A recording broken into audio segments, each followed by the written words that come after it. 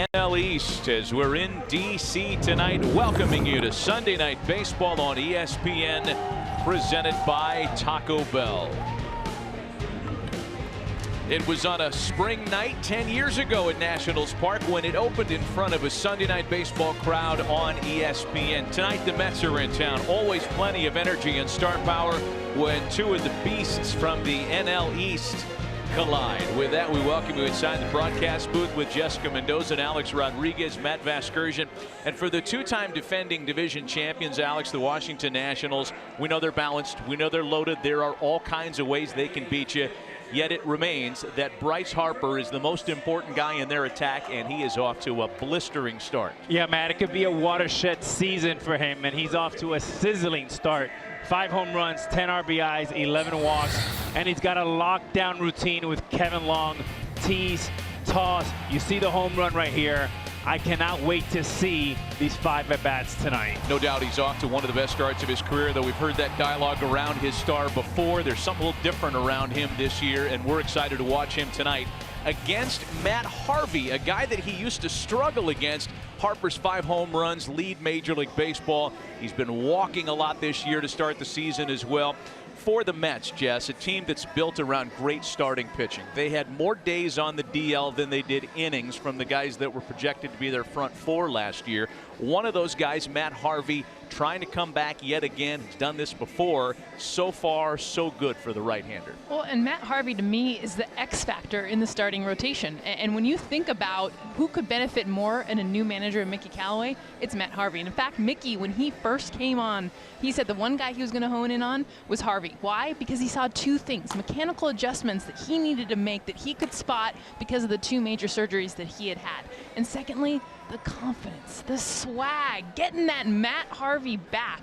It's only been 1 start, but this is a promising new era for Matt Harvey. Boy, things couldn't have gone any better to start this young season for Matt Harvey or for his rookie manager, Mickey Callaway. A couple of the rookie managers mixing it up here today. One looking to win his 5th in a row. Another, Dave Martinez, looking to avoid dropping 5 straight after a great start. We are back with the starting lineups and opening pitch in a moment. Sunday Night Baseball on ESPN is presented by Taco Bell. Experience the power of the dollar with the new $1 triple melt burrito. And in part by Corona Extra. Find your beach. Hardly a beach type of night in D.C. this evening. We're back once again with lineups in the opening pitch next.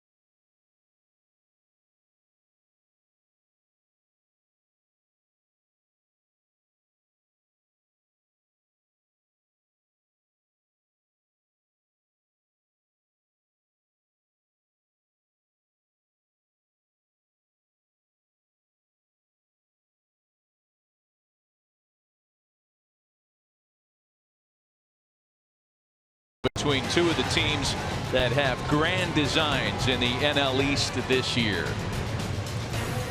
Let's take a look at our Taco Bell starting lineup for Mickey Callaway and the visiting New York Mets. Michael Conforto will lead things off to a great start this year.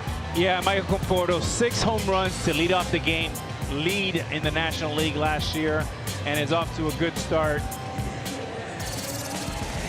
A lot of veteran pop behind him. Some of the additions that we'll talk about as we get cooking tonight. And in fact, when Michael Conforto leads things off against Tanner Roark, we have at least this to look back on. Some success for the young left-handed hitter. First pitch he saw to lead off, a solo shot to left center field in the top of the first, almost a year ago to the day. And it will be Michael Conforto to lead things off for the Mets once again tonight against that very same man, Tanner Roark, who's got a great track record against New York. He has made 17 appearances, 11 starts in his career against the interdivision rival New York Mets. He's won 7 of those games and worked to an ERA under 3. A guy who's had a winning record in 4 of his 5 major league seasons. Yet a guy that still somehow flies below the radar. We'll talk about Roark in a moment, but one of the big stories, at least for those that failed to bring a jacket tonight, is how ridiculously cold it is on this April evening. Buster Olney can testify on the field. Buster, it's a brisk one down there. Yeah, and expected to be in the 30s here today, as it's been in the Northeast a lot during the course of this week. And I asked a number of different players, how do you handle this? And I hear different things. Anthony Rendon, the Nationals third baseman, said that he keeps those hand warmers in his back pocket. Michael Conforto will wear a hoodie during the course of the game. Some of the other Mets told me that Yoenis Cespedes likes to put baby oil on. And how about this from home plate umpire Joe West? He said that puts antiperspirant on his feet so that he doesn't sweat and get cold. Matt, back to you. How about that for a visual as you're taking down your evening repast, you know, sitting down at the dinner table? Think about Joe West, sweaty and cold with deodorant on his feet. Tasty. Wow. This isn't even the coldest game today, however. It has been a Sunday filled with frigid temperatures around Major League Baseball. We're glad to have you with us tonight as Michael Conforto leads things off for the Mets, followed by Cespedes and Bruce. Tanner Roark and the Nationals trying to snap out of an early 4-game funk, and we're underway in D.C. Well, the Mets off to a 6-1 start. Best start since 2006. They are hot at the moment, having won 4 straight decisions. In fact, they've trailed in only 11 of the 63 innings that they've played in thus far.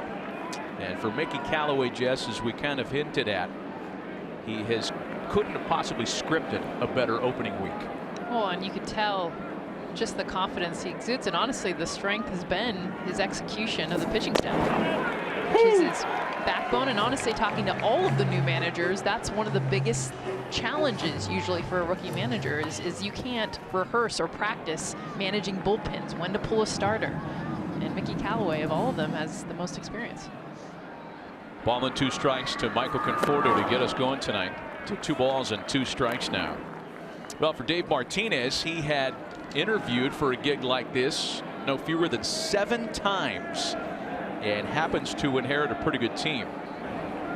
One that went to the postseason last year, as Conforto takes a breaking ball and pops it up. Pedro Severino just in front of the screen for the first out of the night.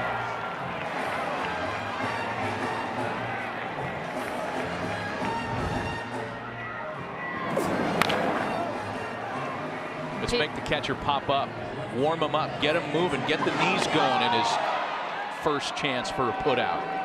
This is Severino, who's in because Matt Wieters has been on the DL. Montero's been out as well.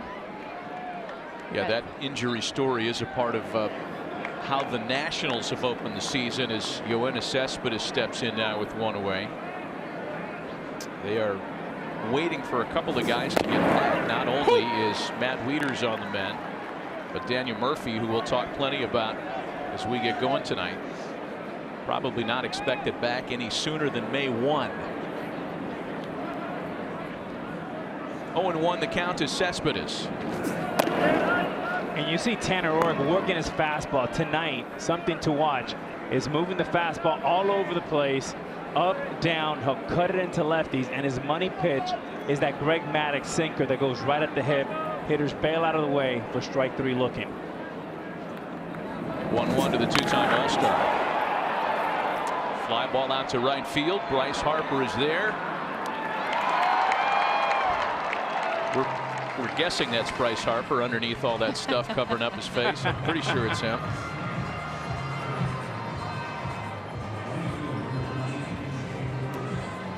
So 2 quick outs for Tanner Roark, and with numbers like these, I mentioned this a moment ago, Alex, it's hard to imagine that people sleep on him. He has been a consistent winner, again a winning record in 4 of his 5 seasons in the big leagues. Maybe it's because he doesn't throw 95 plus. He doesn't light up a radar gun. He kind of flies below the radar. I love this guy. Very underrated. Works the fastball both sides of the plate. Extremely. He does everything well. He feels well. It's a shot out to the right field corner off the bat of Jay Bruce. That's a fair ball and rattling around for a 2-out extra base hit.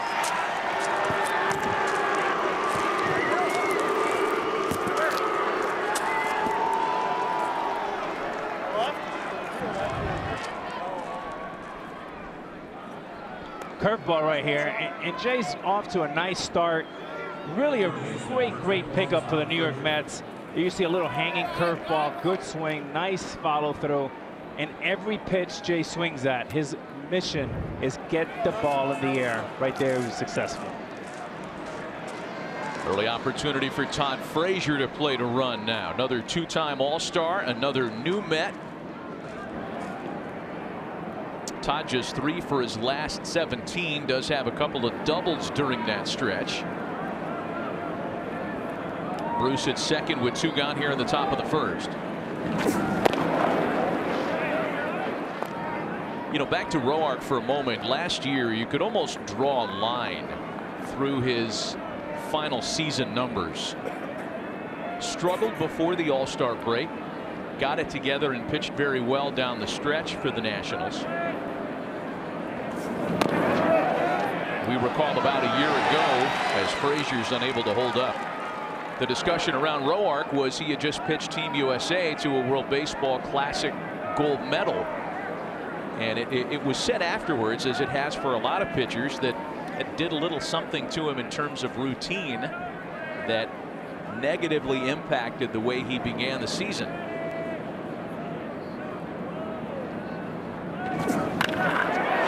His money pitch, and Alex talked about it, his fastball and the way he utilizes specifically that 2-seam fastball. He'll throw it to the glove side, which is away to righties, into lefties, and have it break back over the plate. He did not have feel for that pitch, and everything kind of works off of that. He works his cutter off of it. He'll get his changeup and his slider off of it. It never seemed like that pitch he had feel after the World Baseball Classic where it was money. Ball and 2 strikes, the count to Todd Frazier.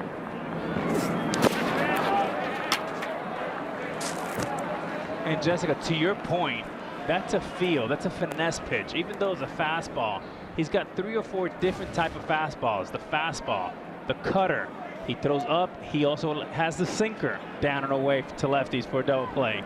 But that particular pitch, which we call the Greg Maddux pitch, is a totally feel pitch. It'll be interesting to see if he has it this year. It'll be interesting to see, Alex, if he has it tonight, because on a night like this, not conducive to feel pitches at all. As you can see him kind of rubbing it up, trying to find it. Well, and some of the best bats in this lineup are lefties, and I feel like that's where the pitch is such a beautiful one. So he'll throw it at their body and get it to bend over the plate. Should be a slider right here. Fly ball toward right field. And out of play for Harper, who gave pursuit. You know, when you have a Lucha Libre mask at home on a cold night like tonight, why not break it out? Fashion statement and a method to keep warm.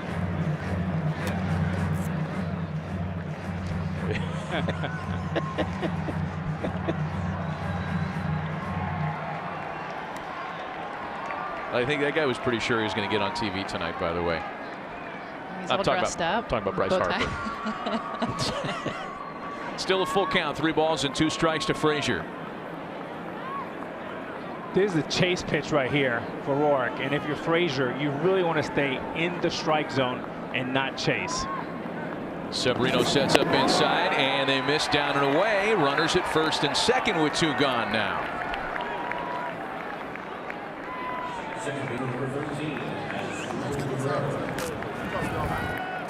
Todd Frazier is a guy that will chase a lot out of the zone, but to me this is a ball out of the hand because you can see the spin at the bottom of the zone, and it's continuing to break below. And this is a good holdup. You see Frazier wanting his body to go there.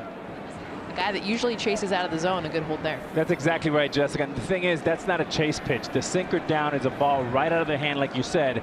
The chase pitch you want on a 3-2 is a 3-2 slider. Chance now for his Durable Cabrera, the switch hitting veteran second baseman. He's hit safely in 6 in a row at the start of play tonight.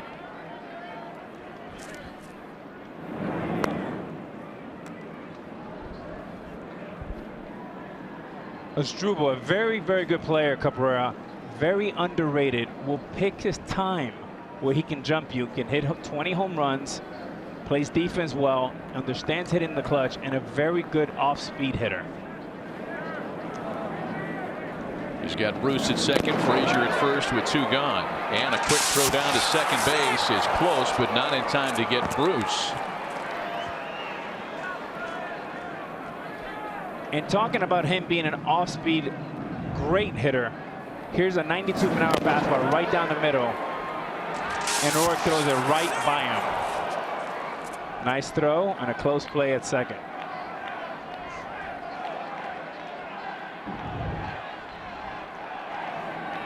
Cabrera slugged the game-winning double on Saturday for the Mets. Woo! Oh, and Roark gets a call there. And this is that 2-seam fastball we talked about. It's going to come at the front hip of Cabrera and watch it bend. This is where Roark, he's got the feel tonight. If he can continue this pitch, it's a tough one for lefties to hit. Barely, if that, clipping the inside part of the plate, but it looked like it was going to hit Cabrera until it had the bend. Severino sets up outside this time. They miss up, and it's 2-2. Cabrera hit the game-tying double on Saturday. And if you've never seen that sinker coming at you, when that sinker's coming at you, when it's about 55 feet away, it looks like it's going to shatter. It feels like it's going to shatter your right hip. You get out of the way, and it's strike 3 looking. He got him. In and out of trouble to start the night. A 2-out double and a walk. 2 men left stranded to the home half of the first. Mets 0. The Nationals coming to bat.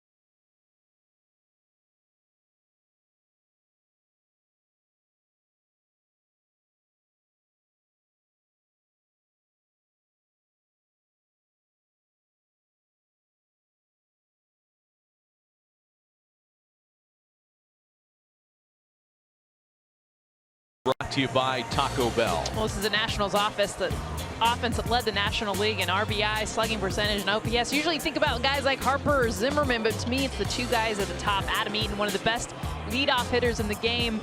A huge on-base percentage, fourth in MLB in on-base, and then right after him, to me, the best batter in this lineup is Anthony Rendon. Last season, 84 walks, 82 strikeouts. These Nationals taking swings against the 29-year-old right-hander Matt Harvey, making his second start of the season, coming off 5 innings of shutout baseball Monday against the Phillies. He did not get a decision in a 2-0 Mets win, but all signs led to very encouraging feelings in Flushing, Queens. 5 strikeouts, allowed only 1 hit, 1 walk, as his second assignment of the year is underway. Eaton, Rendon, and Harper for the Nationals. Adam Eaton, until tomorrow at about 4 p.m. Eastern, can still say he's the National League's Player of the Week until the honor is bestowed on a new senior circuit offensive player.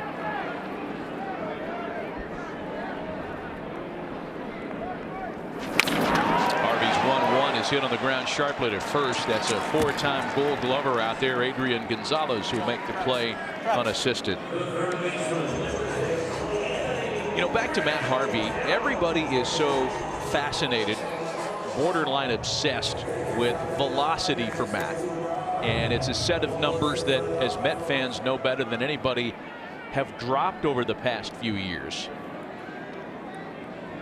You take a look at some of the numbers via StatCast, powered by AWS, from 96.5 miles an hour on the average fastball 2 years ago to last year at around 94. First 2 fastballs tonight have been 93 and 94 miles an hour. That's a little firmer than what he averaged in his first start on Monday. The 0-1 to Rendon is in for a strike. And something to watch with Matt Harvey is his pace, his cadence. Very important. Working off the fastball. He's a traditional 4-pitch pitcher. He's got them all: fastball, curveball, slider, and a split change. 0-2 to Rendon.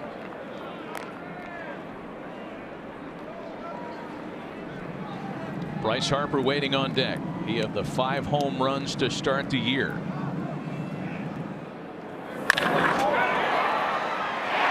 Boy, on the ground, and Cabrera was in exactly the right spot, but that ball just snuck past him.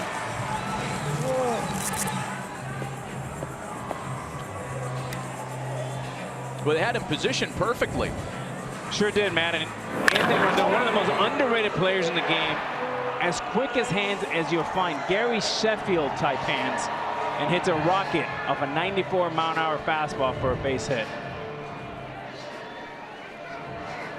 That is in fact scored as a single for Anthony Rendon, and now Bryce Harper, who for the last couple of days has been something of a one-man band. A .292 average and 5 home runs. The rest of the team has hit .230 and combined for 6 home runs. Changeup misses down and away. For a player and a hitter that's so incredibly explosive with his body when he hits, to see him kind of minimize some of those movements has been a huge part of his success early on this season.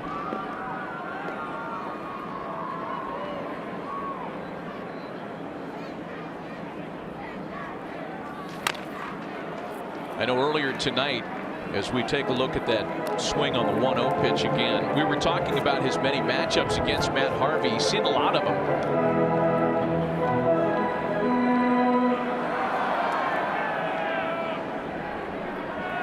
That's a great swing right there. And, you know, he's been really working on simplifying, working down through his legs with Kevin Long. His routine has been impeccable. And yesterday was a great sign for him. 2-strike home run to left center field. See Travis d'Arnaud set up off the plate again. They miss, and Harper makes them pay. Wow.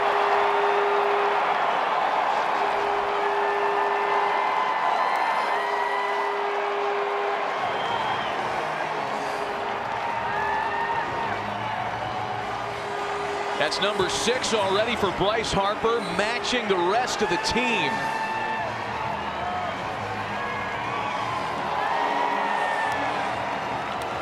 And here you go. Fastball right down the middle. A tremendous swing. Again, working on that abbreviated leg kick. And the Mike Tyson knockout blow right there. Boy, that is a thing of beauty. Alex, you talked in the open about the approach, if you were throwing against Harper, would be to kind of pitch around him. And if they did give him anything to hit, he'd hit out of the park. And that's what the zone that Harper's been in. That's the approach that he's had. But a big miss also for Matt Harvey. Yeah, you have to think that for Harvey, in a cold evening, Daniel Murphy still sitting out. The goal was to keep him in the park.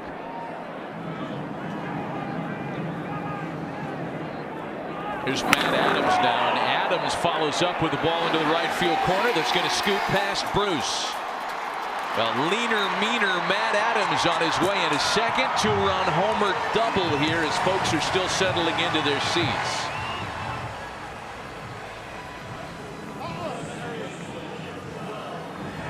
If you look back at the home run to Harper, look at the location of the pitch, and that's middle. And this is for obviously any hitter, but for Bryce Harper, it's a place that you cannot afford to miss. If anything, that first base is open and you want him to be there, but the reactions of this Nationals team as he hits his 6th home run in this early season. So now Howie Kendrick, 2-0 Nationals, one away runner at second base. Kendrick wastes no time, hits a two-hopper out to Frazier, and there are 2 gone. And Matt, you were talking about Matt Harvey's speed.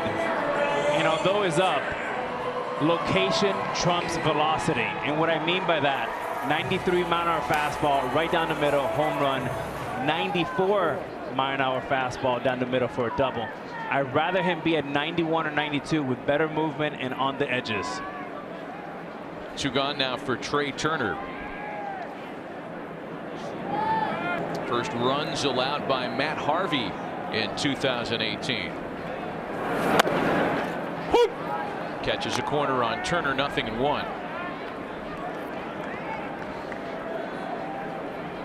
Well, there's something about March/April for Bryce Harper. Undeterred by the cold weather of the season's first month. He comes out of camp and he's just going gangbusters. This is when he really goes nuts to start the season. He's got the highest career April OPS in Major League history. You want to hear who's second and third on the list?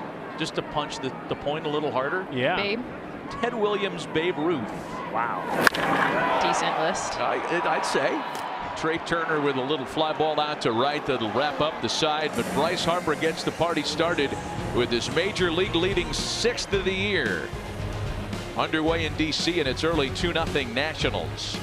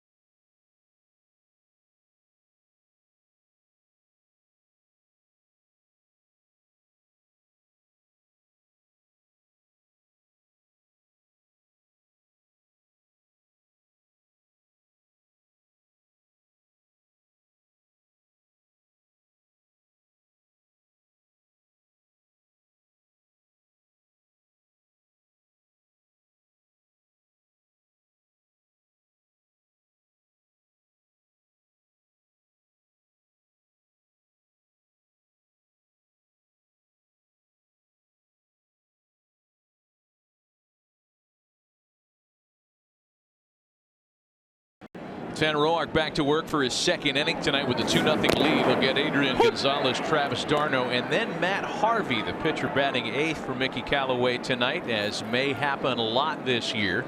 And a quick strike puts Gonzalez behind 0-1. Five-time All-Star. Swings and misses to fall behind 0-2. Here on a major league minimum deal to play with the New York Mets. Wrapping up the final season of a 7-year, $154 million contract that he signed with the Red Sox. And made quick work of by Tanner Roark. MLB action on ESPN this week continues tomorrow night with the Brewers and Cardinals from St. Louis. Tuesday night, the Yankees and Red Sox square off, and then Sunday, a week from tonight, we'll be in the home of the world champion Houston Astros for the silver boot battle between the Texas Rangers and Houston Astros. There's Travis d'Arnaud now with one gone.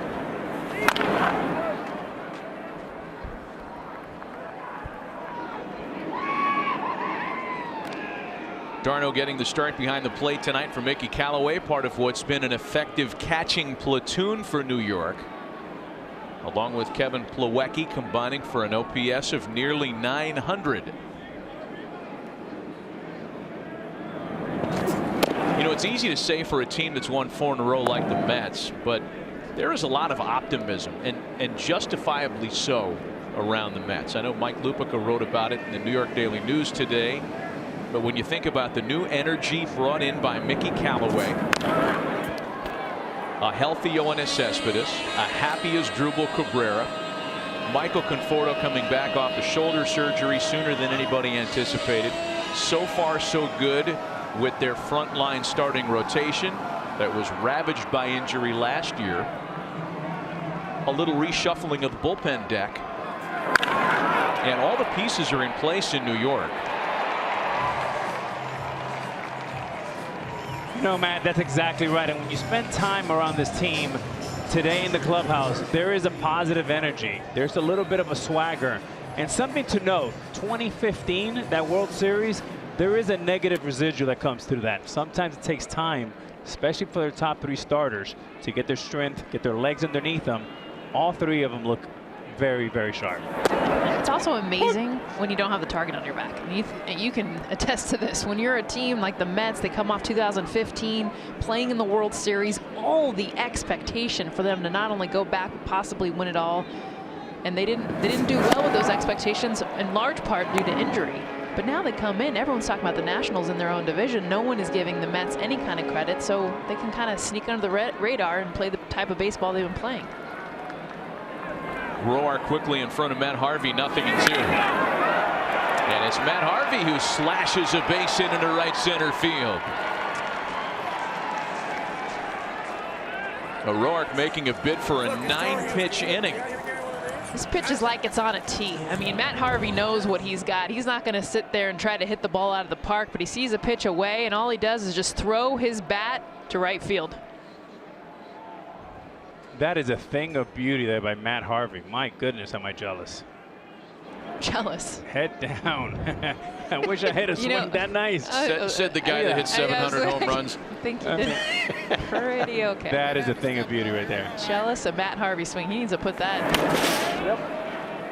And guys, he waved off any suggestion that someone would bring a jacket out to him on this cold night. That, you know what? That's something that Mickey Callaway talked about, that when he gets to first base, one of the things I look at, and I know he's back with the swag, is when he doesn't want the jacket. When he's got that kind of little bit of the dark night that he used to have, being like, no, I'm tough. I can handle the cold. Good slider swung on and missed by Rosario. A ball and a strike to Ahmed Rosario. He sits safely in 4 of his 5 starts this year, batting number 9.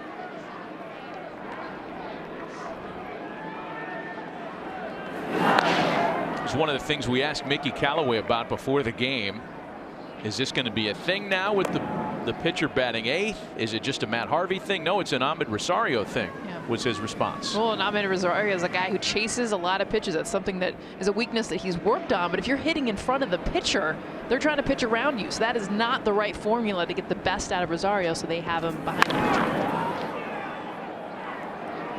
then it also works as almost then a dual leadoff, because you think about just first time through the order, yeah, he's batting ninth, but now you have him and Conforto, which then leads to Cespedes, who would normally be in the 3 spot, but bumping up to the 2 hole.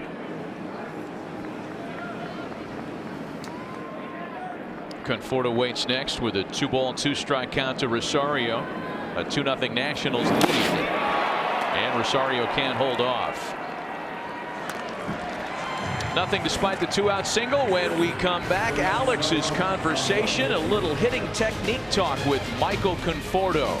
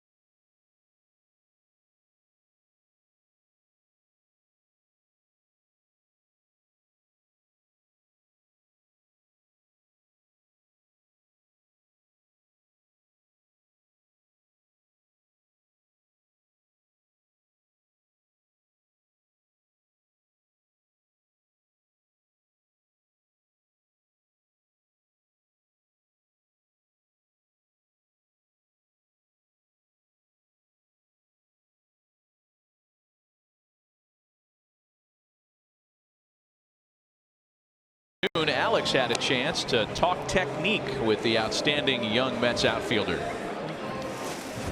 You're off to a good start. One of the things that I'm super impressed with is here we have, 1 through 8 balls, which 1 obviously is here in the black, and 8 for a young hitter.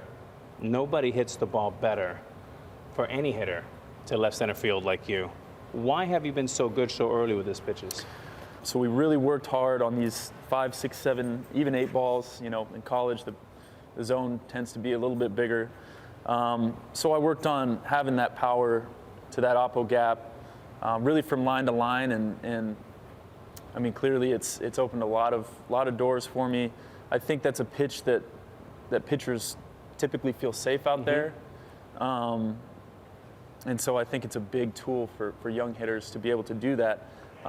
Drive the ball on the outside part of the plate. Well, you're one of the few, left-handed hitters that can actually take an 8 and hit a ball 400 feet to left center for a home run.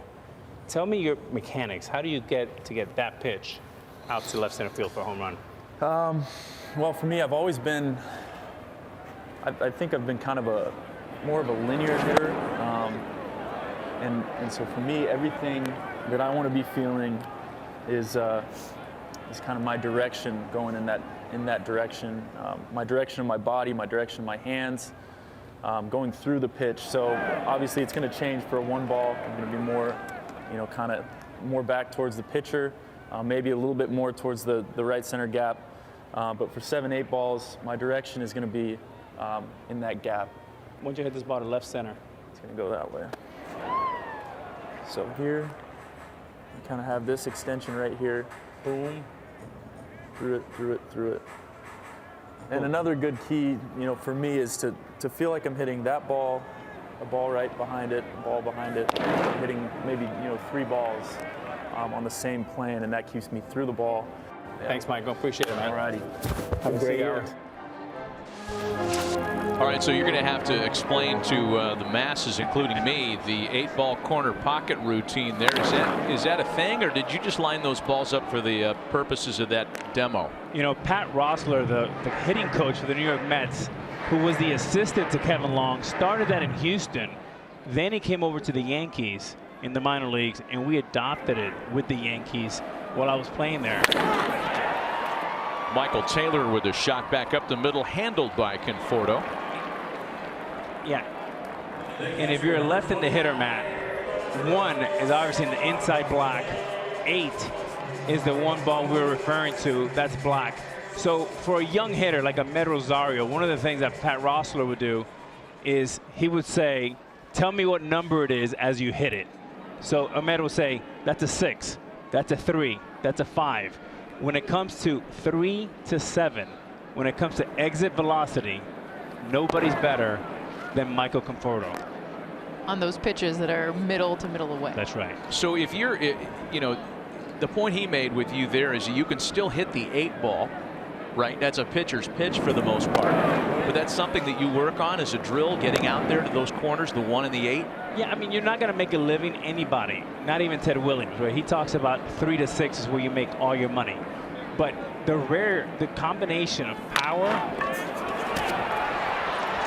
A chance for Harvey to make the play off the mound. He gets to it in time to get Severino for out number 2. Well, let's watch Michael Conforto on Thursday doing exactly what you're talking about against Steven Strasburg. Where's that ball? I mean, that's probably a 7. It's a ball that gets tailed away. And for most guys, that's a base hit to left field. For Michael Conforto, that's a home run. And that's what makes this young man a franchise player with big character and someone you want to build your franchise around. Well, and he's done it his whole life. I mean, that's something that he didn't adopt when he got to the bigs. I mean, I remember seeing him at Oregon State and playing in the College World Series in Omaha. And he talked about even in high school, he was a guy that could hit left to left center in that gap. And look at the location of this pitch, but watch his body. You have to get your body, Alex, into a right position to be able to not just make contact, but crush a pitch that's in that 3 to 8 zone. He alluded to that earlier today. He worked on this last year with Kevin Long. And I guess we'll continue. Well, we'll have a chance to do it because he leads things off when we go to the next half inning. Still 2-0 Nationals.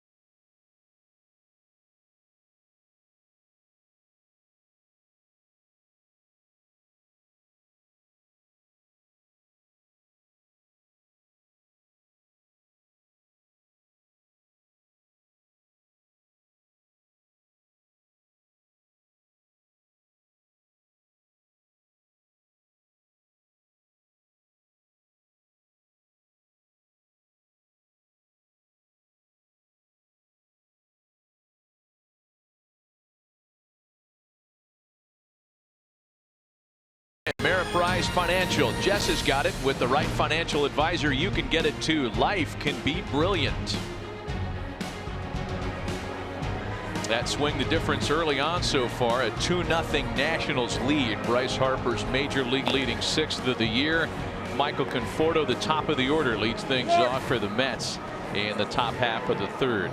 Well, in our expanded conversation on Michael Conforto and kind of building what you were talking about regarding his approach, Alex, you can see some of the results and some of the benefits of maybe that exercise and others.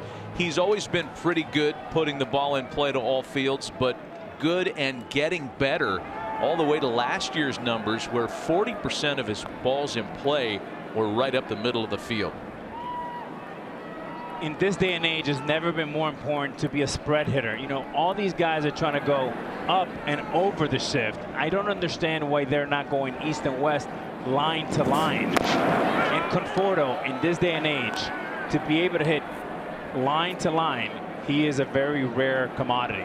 But one of the things he talked about was he hit home runs right out of the chute. He came in, he had played in the College World Series, he got called up, and literally was playing in the World Series that same year, and he started to get a little pull happy, which wasn't his style, but he was knocking balls out of the park. So Kevin Long, who was his hitting coach at the time, now with the Nationals, talked about him just getting out of what his best assets were, was him driving the ball left field to left center, which is what he's gotten back to.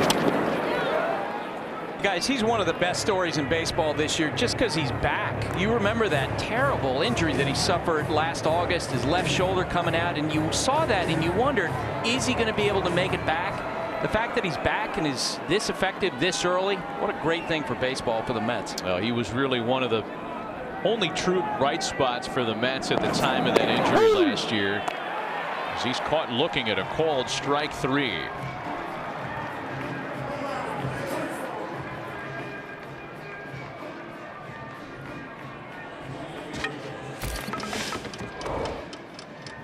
How do you get a guy like Michael Conforto out? You're going to be able to kind of work the zone every quadrant. This is what Tanner Roark does such a good job with. You'll see him work north to south and also east to west. And on the strike 3 pitch, after throwing him inside with the cutter, he comes back with the 2-seam, which almost works like an X. Instead of coming at him, it starts at him and goes back over the plate.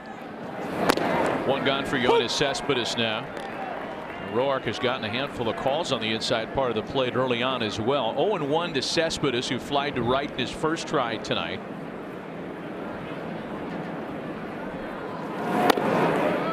It is a new look, Yoenis Cespedes. Maybe one no longer capable of leaping over tall buildings with a single bound. But one that is decidedly more nimble. Back-to-back years of leg injuries have taken him away from the 1,000-pound bear squat protocol and taken him into yoga, among other things, to try to give him a little bit more flexibility and longevity in the game. You know, that's a very good call for him. In a classic 5-tool player, he can do it all. He can hit with power, he can run, he can throw, and he's a showsman. He loves the bright lights, and when he goes, the New York Mets are what they saw in 2015, a World Series type team. A high fly ball out to shallow left center field.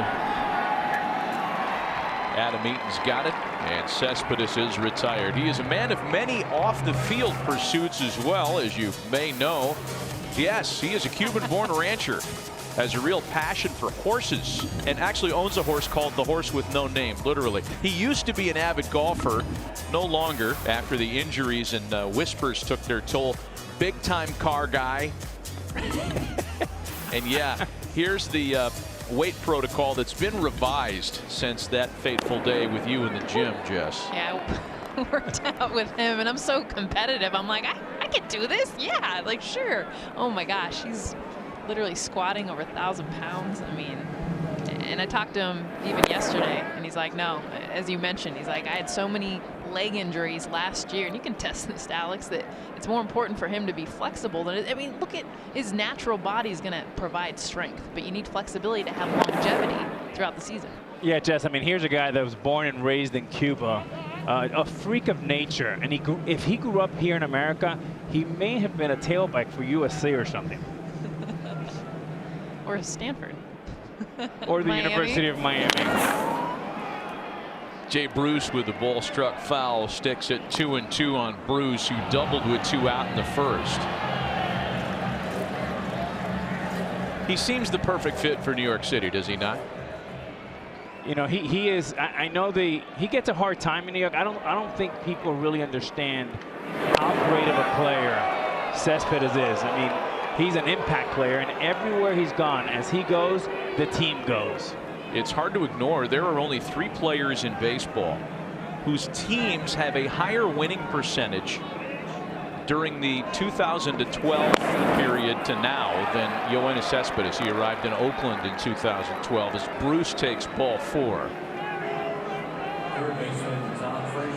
2 really good consecutive takes there by Jay Bruce. That 2-seamer we keep talking about, he didn't have enough bite to come back over the plate. He didn't bite and swing at it. Couple of hits and a couple of walks allowed by Roark so far. Now Todd Frazier, who'll make his second trip to the plate, also with a base runner on in front of him. And Frazier takes a strike.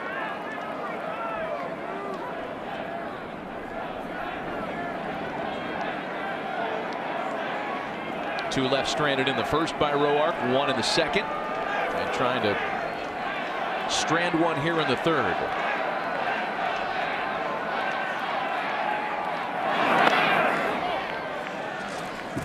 And he held off, says Joe West. Todd Frazier comes to the Mets from the Yankees on a 2-year, $17 million free agent contract. Brings instant credibility, composure, steadiness, a good glove, and some pretty good pop. And a lot of personality. And when a guy like that walks in the clubhouse, it changes the mood. It brings swagger, it brings excitement. He's funny. All these things play in a long season. The human element.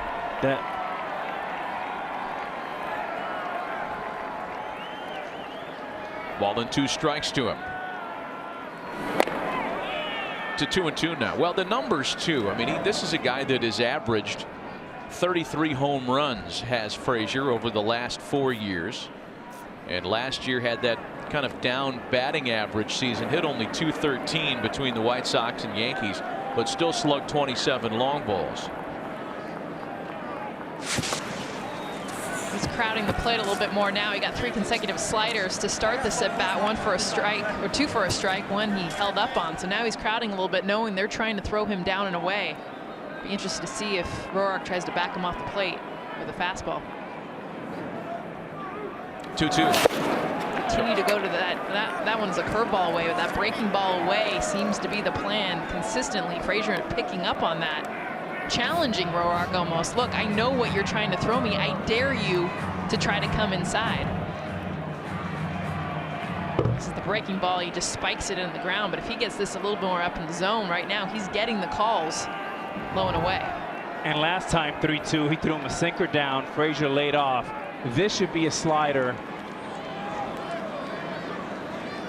Here's a foul pitch. And they lose him on ball 4.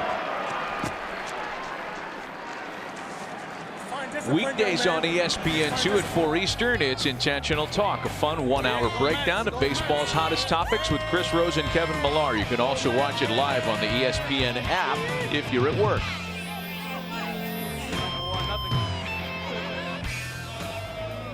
Man, it's almost too cold for even the canines tonight. Is it dog night?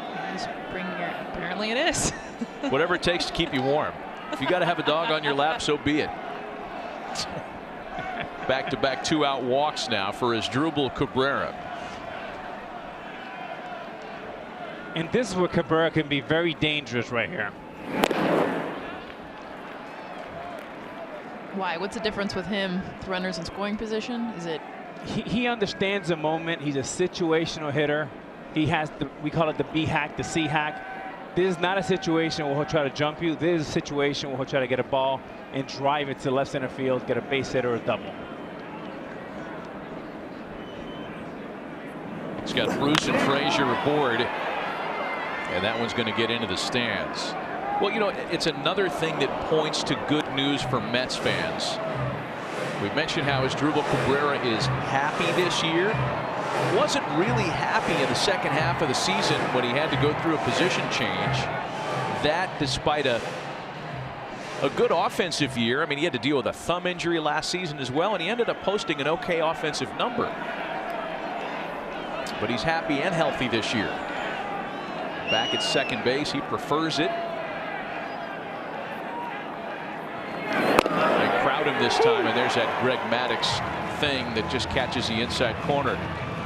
Just the bend on this pitch. It's so hard to do glove side for a right-handed pitcher and then get it to leak back over the plate. First of all, you got to be able to command the perfect location to get Cabrera to freeze enough and take that strike. Roark struck him out to strand 2 in the first.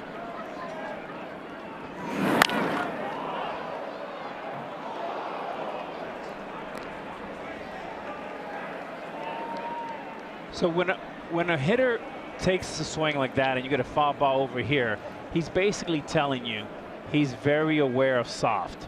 So after that fastball landing, he was probably sitting something soft out over the plate and did a very nice job fouling that pitch off. Well, the Mets, if nothing else, have made Roark work a little this inning. His 26th pitch of the inning is a breaking ball that's low 2-2. So Alex has used that two-seamer effectively on the inner part of the plate. If it's a 2-2 count here for Cabrera, how do you combat that, knowing that he's got that in his back pocket? Well, I think he's now shown that he's ready for soft. I think the sequence for Roark here, he's going to try to go to the two-seamer right here in a 2-2. If he misses that, I think he goes to the 3-2 changeup blown away.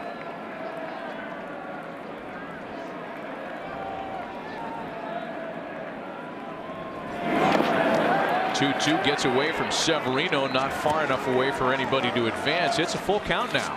He doubled up on that with 2 strikes. Yeah, and if you can read body language on the foul ball, he already told all of us he's looking soft. He threw 2 back-to-back really good curveballs. He didn't even get a budge out of Cabrera. It'll be very interesting on this 3-2 pitch where he goes. For me, he should go to the Greg Maddux 3-2.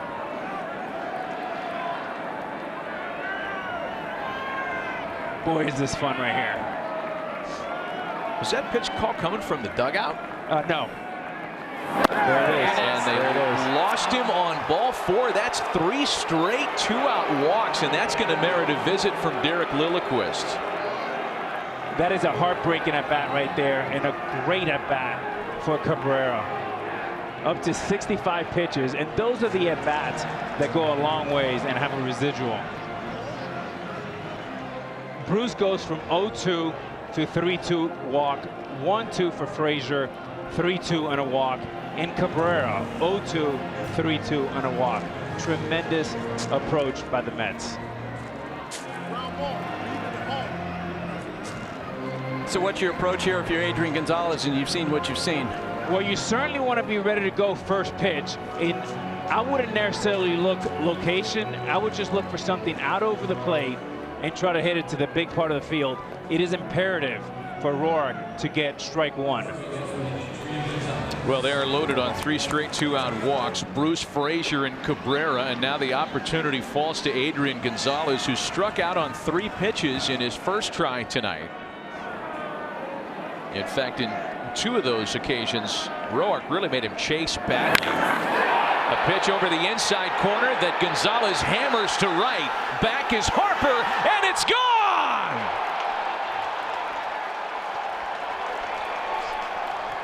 Adrian Gonzalez, first as a Met, is his 6th career grand slam.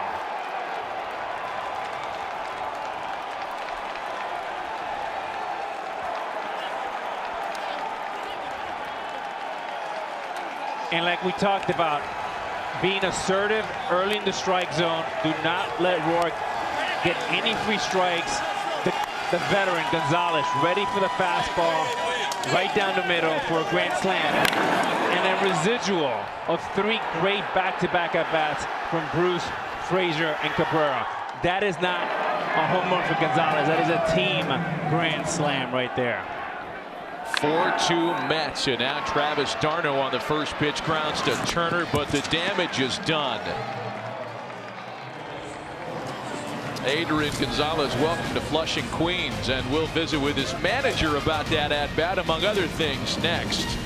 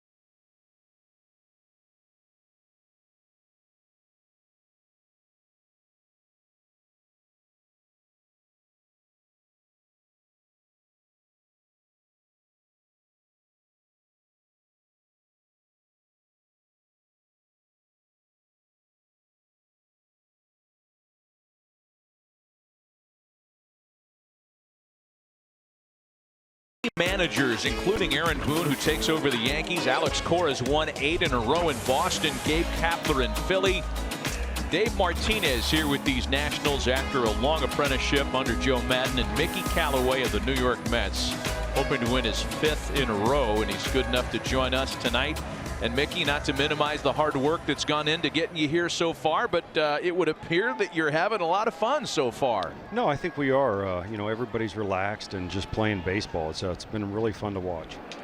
Matt Harvey, a lot of discussion. We've talked about it. He was a guy that you honed in on, one of the first things you did when you got this manager position. What have you seen from him tonight, and what have been the things that you've kind of focused with him? You know what? I've seen good tempo out of him. Obviously, his confidence is really high right now. You know, he's throwing the ball really well. He made one mistake to one of the better hitters in the league, and the hitter did what he's supposed to do with it. But you know, he looks really good. I'm really excited for where he's at right now. Mickey, 3 great at-bats from your hitters there leading up to the grand slam from Gonzalez.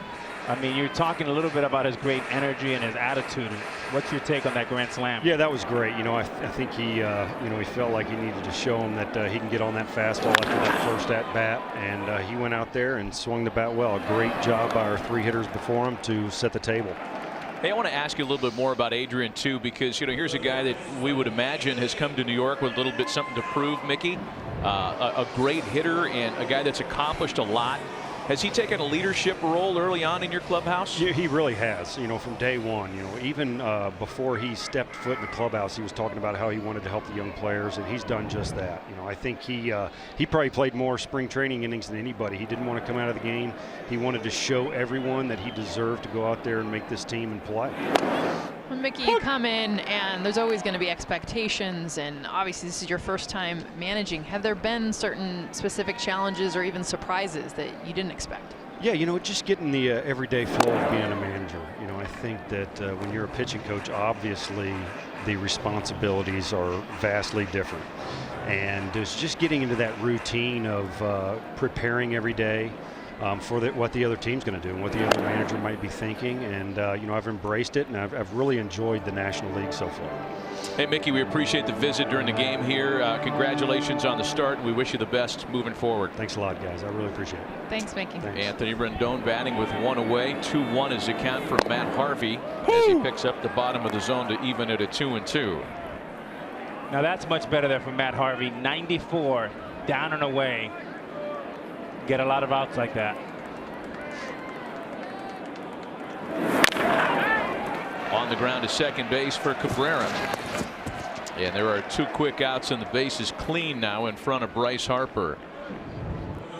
And on a cold night, you got to keep the shillelagh warm. Get the hands warm, get the bat warm. Oh, you know how that feels too. On a cold day, you get something off the hands. Not good. Sure, it helps to warm the bat. Yeah. It does, actually. The wood warm. He is locked in. 6 home runs. He's walked in every game but 1 so far. And Harper bats here with the bases empty. All right, I bite. How does it help to get the bat warm? I just think just warming up your hands in general is just a good feeling. Anything that gives you a good feeling, you do whatever it takes to get up to that box.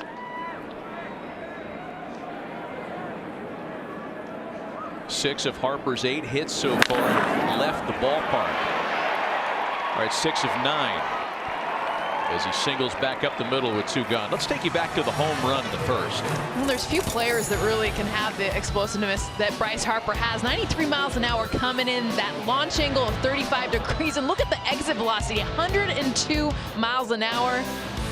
The difference of coming in, going out, but this is the power that Harper has. We talked Alex coming into this game, the power that he can have left to center field, but at the end of the day, when he can get around a pitch and pull it like he does to right field, it's a lot of power. You know, talking to Dr. Keith Pine, who's the chairman of their medical department here with the Nationals, he's one of the best around. He has treated over 1,300 athletes, and he said today he's never seen more flexible, mobile hips than him. And when you combine that with a guy that can squat 550 pounds deadlift, you get what you get, one of the world's best players. And one who for the entire year is going to have to duck around a story that he really doesn't want to get too deep into, and that is his impending free agency. Matt Adams behind 0-2. It is going to be a very interesting year for that young man. The very top of the class, along with Manny Machado in Baltimore, hitting the market at the same time, still in the infancy of their careers, and a guy who is a franchise changer. I mean, it's going to be a watershed year for him. I mean, he's been a rocket ship since he was drafted in 2010 from Las Vegas. And Matt, here's what excites me about this young man. He's 25 years old. He's never driven in 100 runs. For me, that's great news, and I'll tell you why. There's just tremendous upside when you have the ability that Bryce Harper has of 50 home runs and 150 RBIs. The best of Bryce Harper is still ahead. Well, you think about how good he's already been, and to know that there's that much upside still to come with Bryce Harper, and honestly his age. Wow, very close to being picked off there.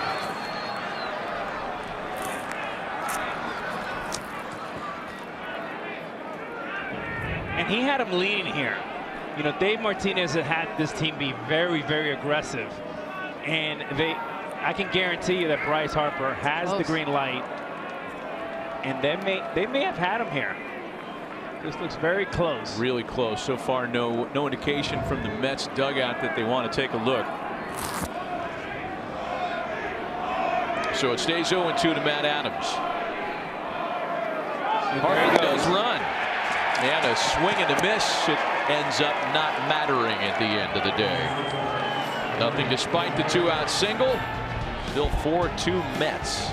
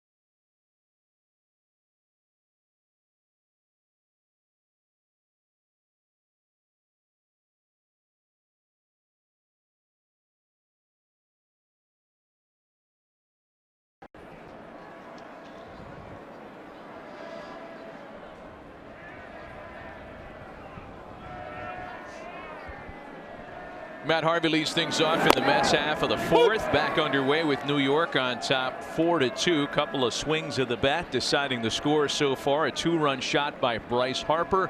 A grand slam by Adrian Gonzalez. It's that big curveball in for a strike that puts Harvey behind 0-2. Matt Harvey singled against Roark back in the second, and that came on a 2-strike pitch. I doubt he lays in a cookie fastball like he did that inning. No, indeed. Will spin on it to get Harvey to swing and miss. Tanner Roark looked so good early in this game, especially to left-handed batters. We talked about that two-seam fastball. When he is working, he gets this pitch to come right at that front hip and then watch it fade back over the plate to get that strike. Watch the left-handed hitters freeze and take this pitch. Now, the mistake he gives to Adrian Gonzalez is the pitch doesn't have that same late break. It stays straight. Gonzalez all over it, expecting it almost, and hitting it out of the park. One gone for Ahmed Rosario. 1-0 pitch to him, misses outside. Got a lot of baseball left tonight, as the announcers say. But the fact that the Mets are leading middle of the night, the fact that the Mets have taken each of the first couple of games of the series, this is uncharted territory. The Mets have swept only one series in D.C. over the last 10 seasons. And one of the things that Mickey and company have talked about that they've liked early on, besides the pitching, has been their offense being able to come back from behind. So you think about Harvey giving up the big home run to Harper early, but then the offense having very patient at bats, getting back into this ballgame. Got the corner. That's nasty. Back-to-back strikeouts in the fourth as we take a look at how the Mets plan to head for 2018 with their big additions in the offseason, brought to you by Voya Financial. You're not talking about huge commitments here by terms, by years, or dollars. Jay Bruce gets the 3-year $39 million deal, and that was about a month after the Phillies gave a 3-year $60 million deal to Giancarlo Stanton. They helped the pitching side with a starter and a reliever. Anthony Swarzak banged up right now, but I don't think anybody can disagree with the fact that the Mets made themselves better without stepping out too far financially. They sure did, Matt. And one of the unsung heroes here so far this season is Dave Island, who brings the hardware from the Yankees in '09 and Kansas City in '15. And to have a presence like that around Matt Harvey, having those tough, brutal conversations, it's something that so far so good from our Harvey. Swing and a miss by Michael Conforto, and Roark trying to reestablish a rhythm after the hiccup in the third.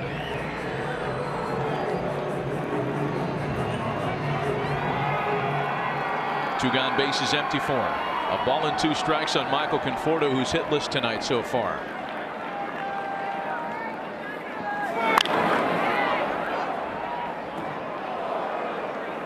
Jessica, you talked about Matt Harvey and how comfortable he looks and what he's doing. Give him a lot of credit. He rented a house out in California, spent January and February training. It's the first offseason he's had where he can rest, rehab, and do all his integrity work for his shoulder. And got it strong. Roark misses in, 2 balls and 2 strikes. And that was probably the biggest mechanical adjustment that they noticed about him, was the fact that he was so weak after 2 major surgeries, in the Tommy John surgery, the thoracic outlet surgery, being able to build that strength. Severino sets up inside again, and that was punched into left for a base hit. Conforto on his way to second. The throw there is not in time.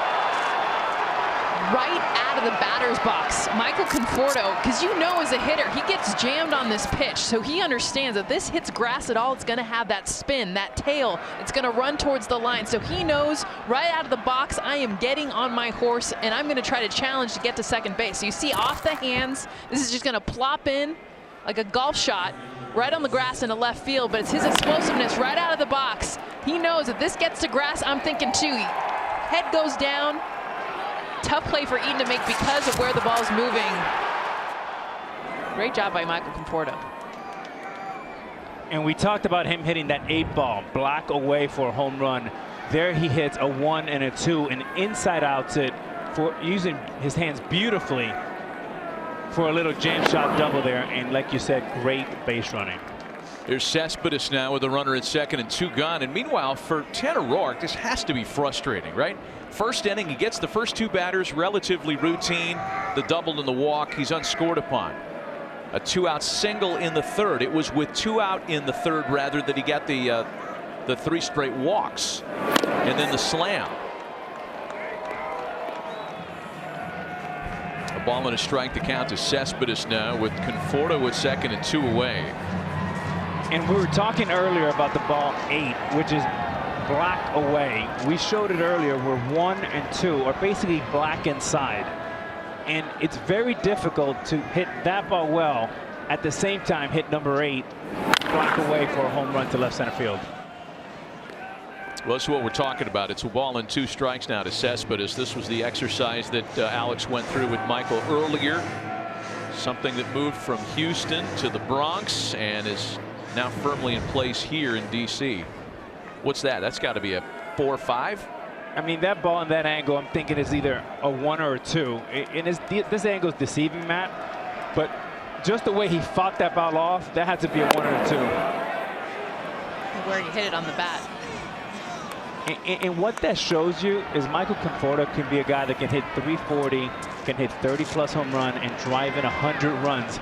The ability to hit 8 and also be able to fight off 1, boy, that is a sign of great things to come for him and for the New York Mets. 2 balls and 2 strikes with 2 out for Cespedes. Got him with the high gas. Nothing comes of the 2-out double. Still a 4-2 Mets lead.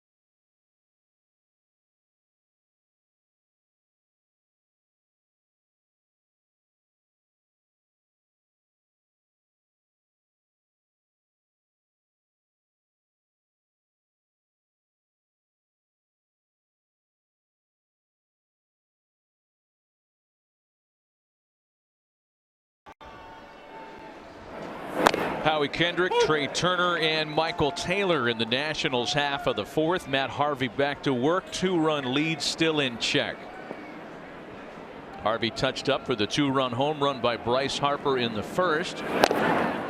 He has given up just a couple of base hits since.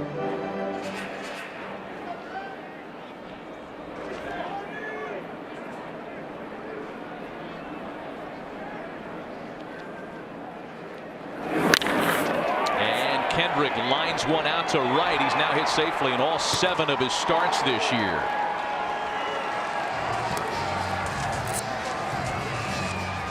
Scott's Pitch Hit and Run is Major League Baseball's free skills competition for boys and girls aged 7 to 14. Find a free competition in your local community at pitchhitrun.com. You know, we've talked a lot about the lineup choices that Mickey Callaway has made with the Mets early on. Here's Trey Turner now for the Nats. And Dave Martinez has been faced with a series of the same good problems, if you will. A healthy lineup with the exception of Daniel Murphy and Matt Wieters, but still so many choices. Adam Eaton's a great leadoff hitter, but so could Trey Turner become that guy. You could go 1-2 with the 2 speed guys up front.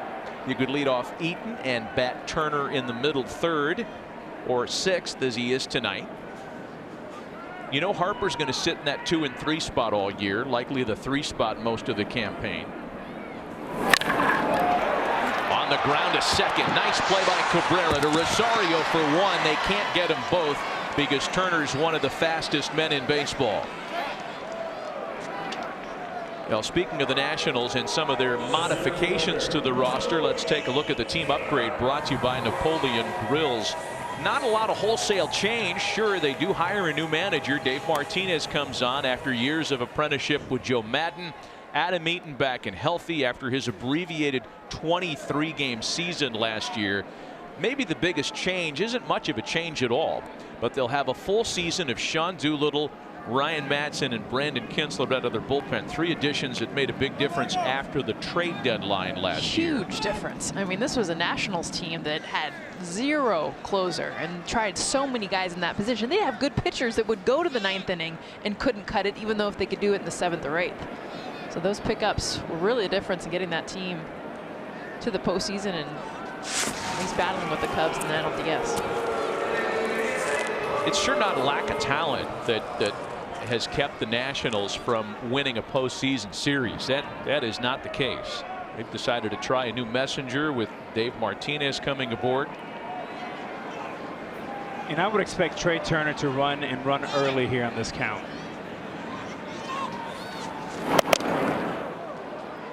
Michael Taylor's able to hold off, and it's a ball and no strikes. Turner stolen 4 bases in as many attempts so far this year. And by the way, the Mets are one of the 4 teams in baseball that have not caught an opposing base stealer yet this year. One of the 4 teams in the National League, that is. The Nats are on that list as well. And he should be running here.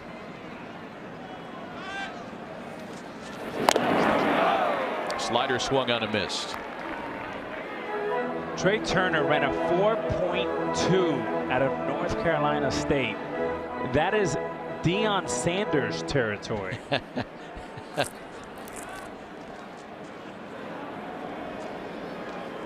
Well, that's why a lot of people argue for his being a leadoff hitter. That's no longer what's valued in making those decisions. It's not just your fastest guy that leads off. I mean, we've seen what's happened so far in baseball. Chris Davis led off a game for the Orioles. Well, you think about it, it's the one time through the order they're actually truly leading off. And from there, it's where do you want their at-bats to lie? Who do you want them to be around? Trey Turner being in the 6th spot gives him more freedom to do this, to be able to steal bases, knowing it's the bottom of the order behind him. You know, many times scouts take great athletes and try to convert them into baseball players. In Trey Turner's case, he's a very, very good baseball player that happens to be very fast. Well, had it not been for the fractured wrist that slowed him down last year, the stolen base totals would have been even more impressive. And he looks runnerish here. Stays put on 1 and 2. Hot shot to third. Knocked down by Frazier. He recovers and gets Taylor on a really tough chance. And really, really good play here. This is a rocket coming right off that grass. Just a tremendous play. Really soft hands. The indication for soft hands. As hard as this ball is hit, look how soft. It was almost like a balata ball into a green. Just nice and soft. Relaxed body. Composure. Great clock. Perfect throw to Gonzalez across the diamond. So now Harvey trying to strand Turner at second. He'll have to go through Pedro Severino.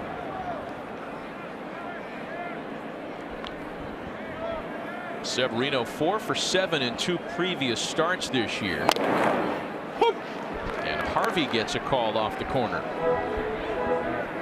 Well, ever since that first inning for Matt Harvey, we gave up the home run to Harper, the big hit to Rendon. Well, they got through. He's settled in with that command. He's been able to locate his fastball much better, both sides of the plate.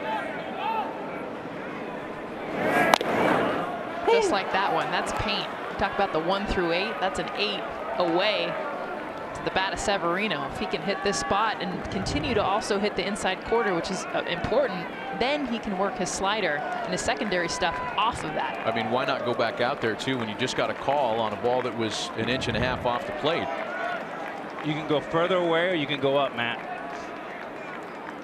See what he does on 0-2. Further away and up, if there is such an animal. You know, another thing he committed to is nutrition program this offseason.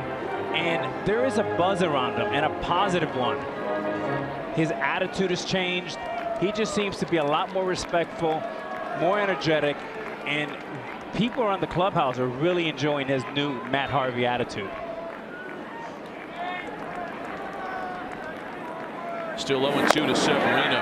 Laid off that ball off the corner that time. Well, let's face it. I mean, we can talk about Matt Harvey in terms of the physical problems, right? The thoracic outlet surgery, the shoulder weariness last year. There were some self-inflicted wounds there, too. And he didn't make his life any easier with a lot of the kind of high-profile curfew incidents that appear on his resume now. He's anxious to put all that behind him, as his new staff is too. That was one of the things Dave Eiland told us yesterday. We're starting clean here. Well, that's the thing. I mean, there were lies, there was some deception, there was some stuff that happened. Now you get a new manager that's coming in. Look, I'm going to trust you now. Like, until you prove me wrong, it's a clean slate. And that's exactly what Harvey needed.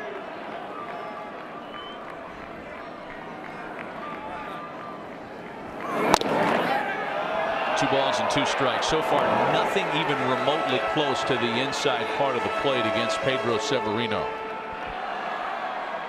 And he's only 29 years old, came out of North Carolina, first-round pick, and there's a lot of baseball for him ahead. I mean, if he pitches the way he's been pitching early this season, and with this newfound commitment to training and nutrition, I mean, he can win a lot of games post-30. Severino takes a ball into the left center field gap, and that's going to drive in Turner. Severino on his way to second.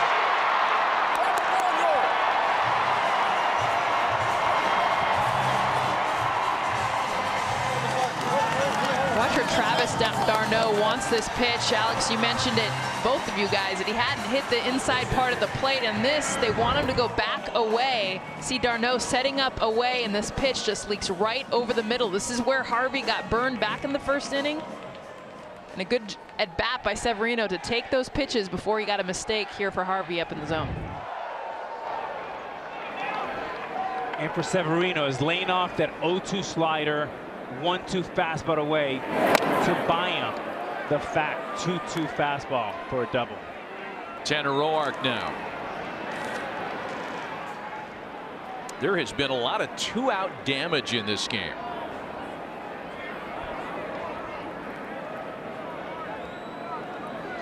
Five of the 7 runs have been plated with 2 outs in an inning.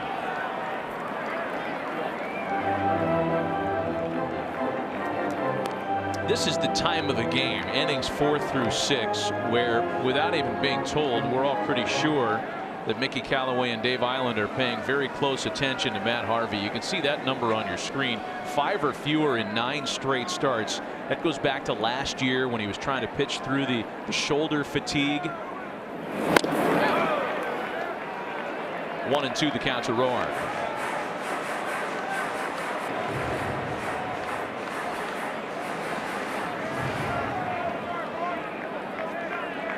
Harvey trying to retire the pitcher and minimize the damage here at 1 and hang on to the lead at the same time. Off Harvey, and no one's going to have a play.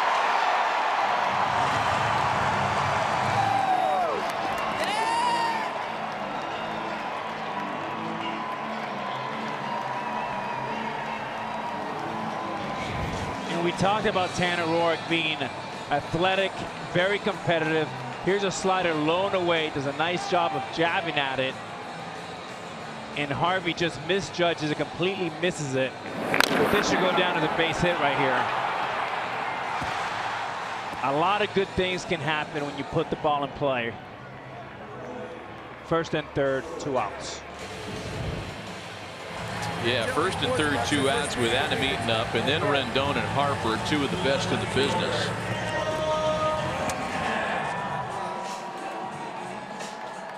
So here is Eaton 0 for his first 2 tonight. Nobody stirring in the Mets bullpen quite yet, and that last play off the bat of Roark is scored as an error charged to Harvey.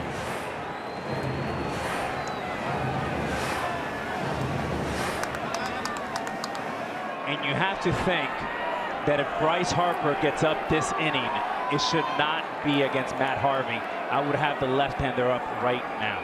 Yeah, Jerry Blevins yet to get up down there. He's the only left-hander in the Mets bullpen, though we do see some people starting to take jackets off, and there's strike 1 to Eaton.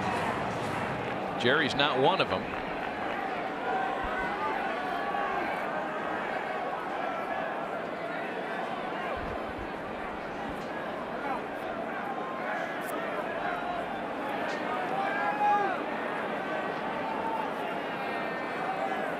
Eaton's hitless start to the night makes him an 0 for 7 in his career in a couple of starts against Matt Harvey. Behind 0-2.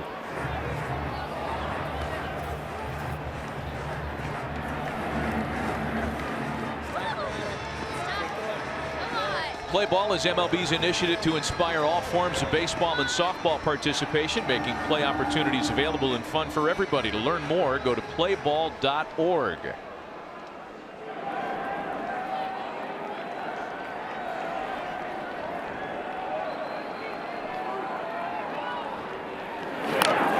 that one hits him.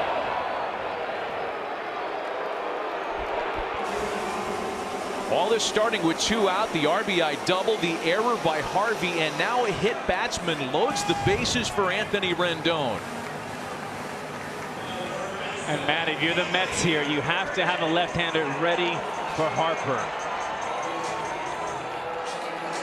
There's no way that Harper can face Matt Harvey in this situation.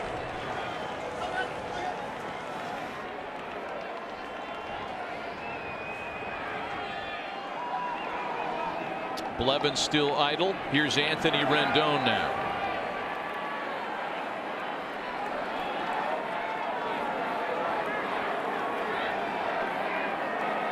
Right guy at the plate for the Nationals right now.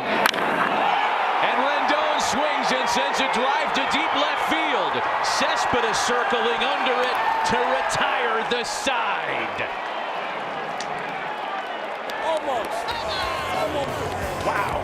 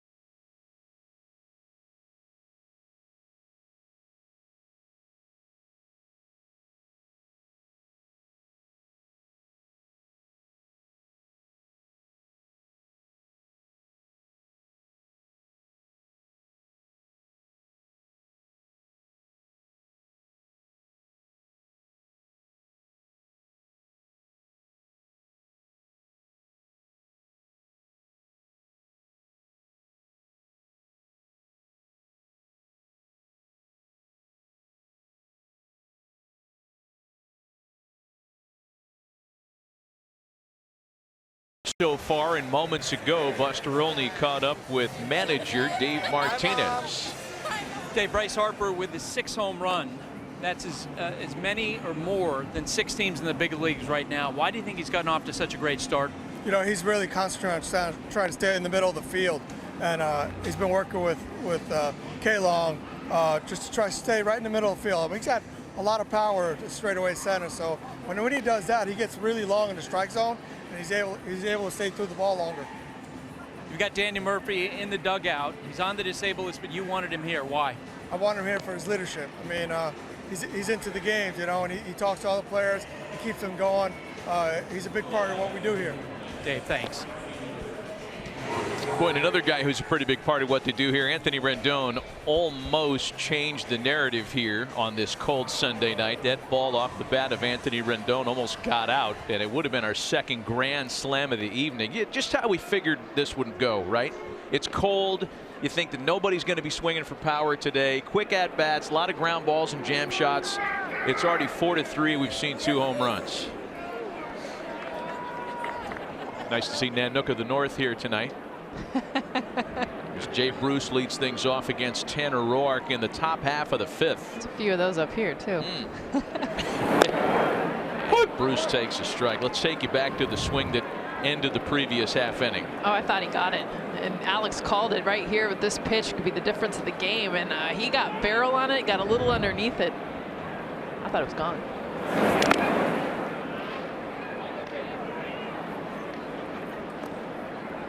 Bruce, Frazier, and Cabrera here in the Mets half of the 5th. It happens that fast, right? And I know all of the managers who are doing this for the first time would agree. Think about that 4th inning. With 2 out, the RBI double. And Mickey Callaway's thinking, not a big deal. It's Roark at the plate. I don't need anybody up. Roark gets on board on the error. Eaton's hit by a pitch, and all of a sudden you're thinking, oh, shoot. Harper's up in the hold. I don't have anybody in the bullpen. Yeah, that's caught a break there right there, because it would have been a really tough situation there to have Harper up against Harvey for the 3rd time. Bruce caught looking at strike 3. And now he gets to face him leading off. Nobody on base.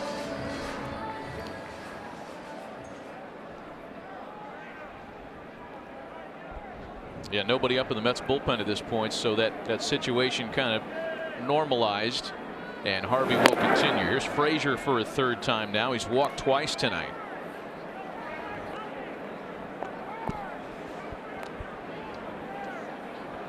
Frazier with 2 very good at bats. The last one leading to a grand slam by Gonzalez.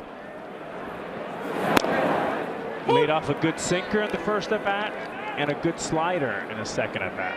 Well, and that's been the story for him the last 2 years. His chase rate going from 30% down to 22% last year. He's known as someone that would really chase out of the zone.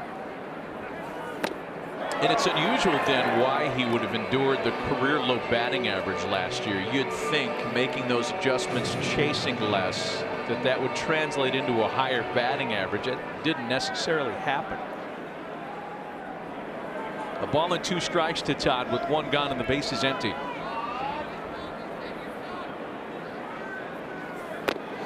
Todd Frazier has become the 130th player to be both a Met and a Yankee, but only the 6th born in New Jersey. Am I the only guy interested in that? And the appeal, they say, went around. I was processing that information. I mean, there really wasn't anything for you to react to there. I was thinking that was such a play-by-play thing, right? I think that's kind of cool. He's got all his notes. He's like highlighted in blues and oranges. Al Leiter, Elliot Maddox with the huge afro and the flip downs. He was both a Met and a Yankee. Eric Young Jr. Look at this. He was very proud of that nugget. I like that note. Yogi Berra, maybe honorary member. What do you think? I don't think Yogi was, well, part of the Mets coaching staff. I don't think we're counting that. We should, though. Here's Asdrubal Cabrera now with 2 gone. Cabrera has struck out and walked tonight.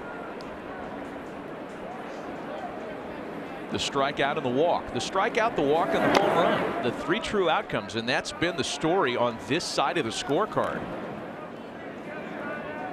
And there's some things that is hard to quantify, but here's Cabrera, 0-2-3-2 walk. Already he's made a great play in a double play.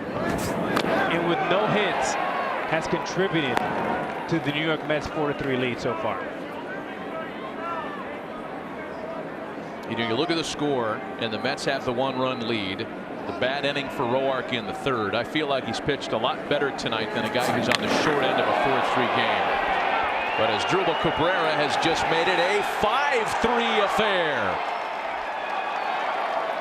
His first of the season.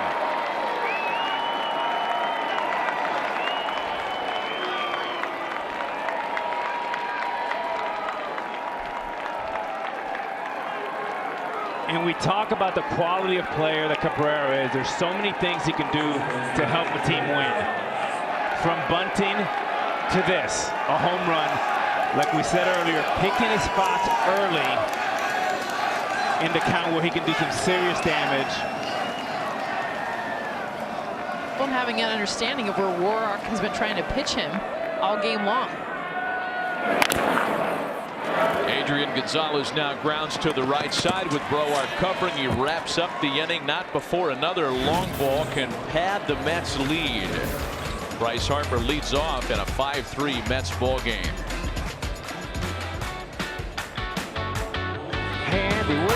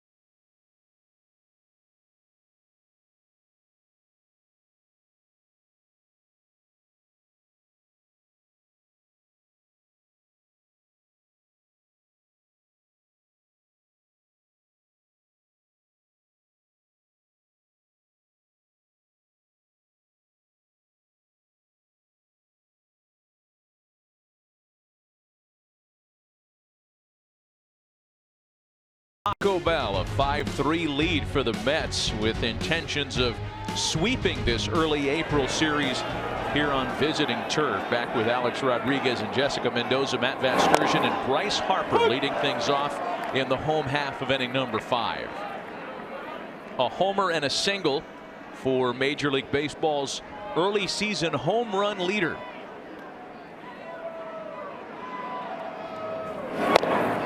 A Rookie of the Year, an MVP, and who knows what else after 2018. As we talked about earlier, in a very important year for him, a very important year for the Nationals as he enters free agency at the end of this season. Whether or not the Nationals allow that to happen, maybe they can lock him up beforehand, who knows. But I look at you, Alex, thinking that there aren't too many people who are as uniquely qualified to talk about this stage of his career as you are. It's definitely a pivotal year in his life. He's 25 years old. You know, the whole world is going to want him at the end of this year. And, you know, all you can do from his standpoint is hammer an 0-2 pitch the other way. And he's got a base hit to left, base hit to center, and a bomb to right field. And this is what Kevin Long's been working with him. That subtle leg kick, staying behind the baseball. And I know that he hasn't driven in 100 yet, but with this newfound approach that Kevin Long is teaching him, there is no reason why he can't be a guy that hits 40 or 50 home runs and drive in 150 runs. A lot of upside, and the best baseball is still ahead for Bryce Harper. There's Matt Adams now with the leadoff hitter aboard. Harper now 5 for his last 11 against Matt Harvey after starting his career 0 for 21 against him. But I get back to this big decision he's got coming. The backs of the baseball cards through an age 25 season between you and Bryce are eerily similar. The fact that his agent at one point represented you, the fact that he, like you had been, represented something of a changing of the guard in Major League superstardom.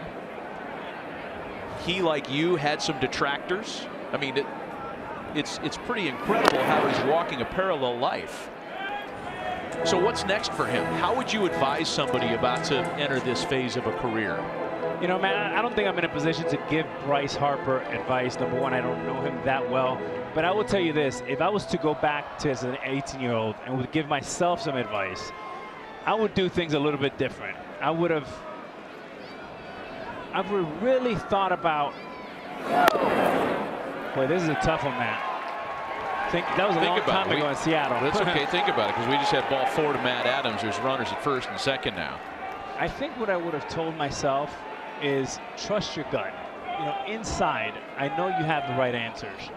And, you know, advisors are great, parents are great. At the end of the day, nobody's going to do for you as you do for yourself. And really think about, where do you want to play? Who matches your values? What coach do you want to play? What city? If it's the Nationals, make the decisions going to make you happy. This is not a time to defer. This is a time to be proactive and take full control of your life.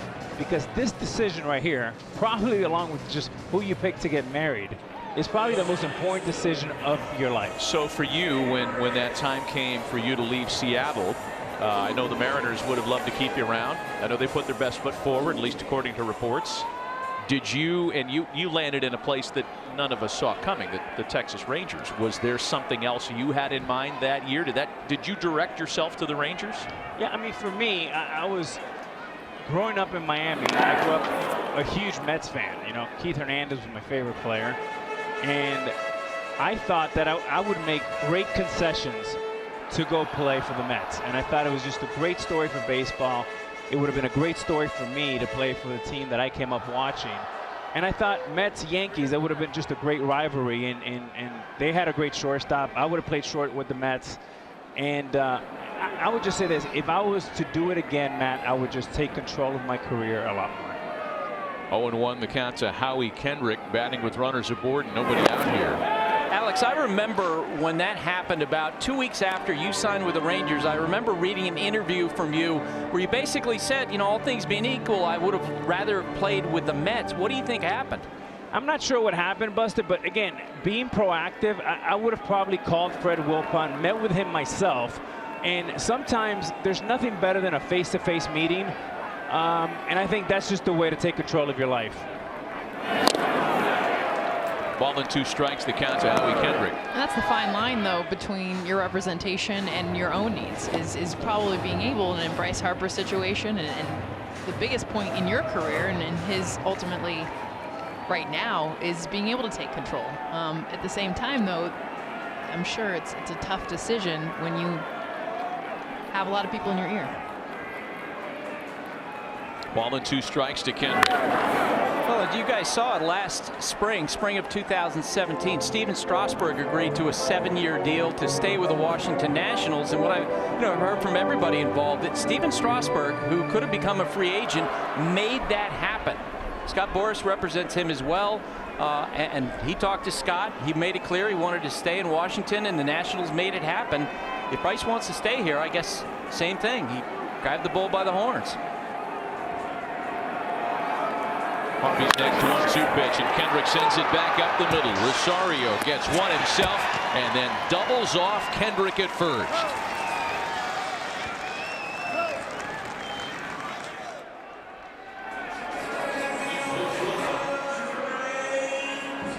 And an absolute tailor-made double play. Good sinker here by Matt Harvey. Tailor-made. Nice play by Rosario. 2 outs. Boy, just when it looked like the Nationals were going to put together the right combination of at-bats to drive Harvey from the mix, he's able to survive for the time being, and now it's Trey Turner with a man at third and 2 gone. Turner whacks the first pitch into left. Harper scores, and it's back to a 1-run game. And the third time through the order here, Mickey Callaway has noticed for sure that Matt Harvey has not had the same kind of effectiveness. And after a great sinker ball there for the double play, a little careless pitchy on the first pitch, trying to get ahead, understanding that when hitters have men in scoring position, they're going to be very aggressive early. We saw it with Gonzalez with the grand slam, and we see it now with Turner with an RBI single. So here's Michael Taylor now. Third time through the order tonight. A hit batsman. A ball off the bat of Rendon that almost got out for a slam. Then single, walk, ground ball, single.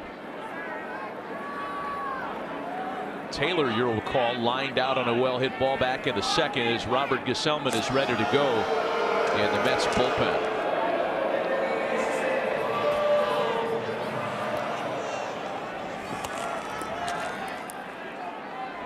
A lot of the misses that we've seen from Matt Harvey have been his fastball on the arm side, the right side of the plate.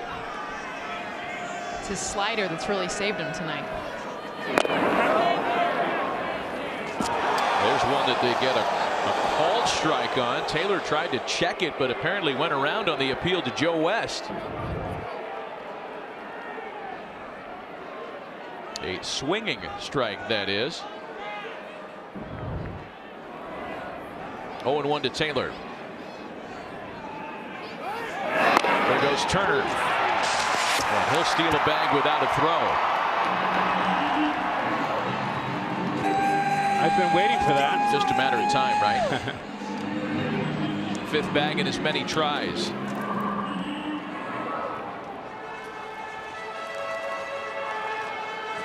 Now this hitter right here can be the difference for Matt Harvey of getting a win or a no decision.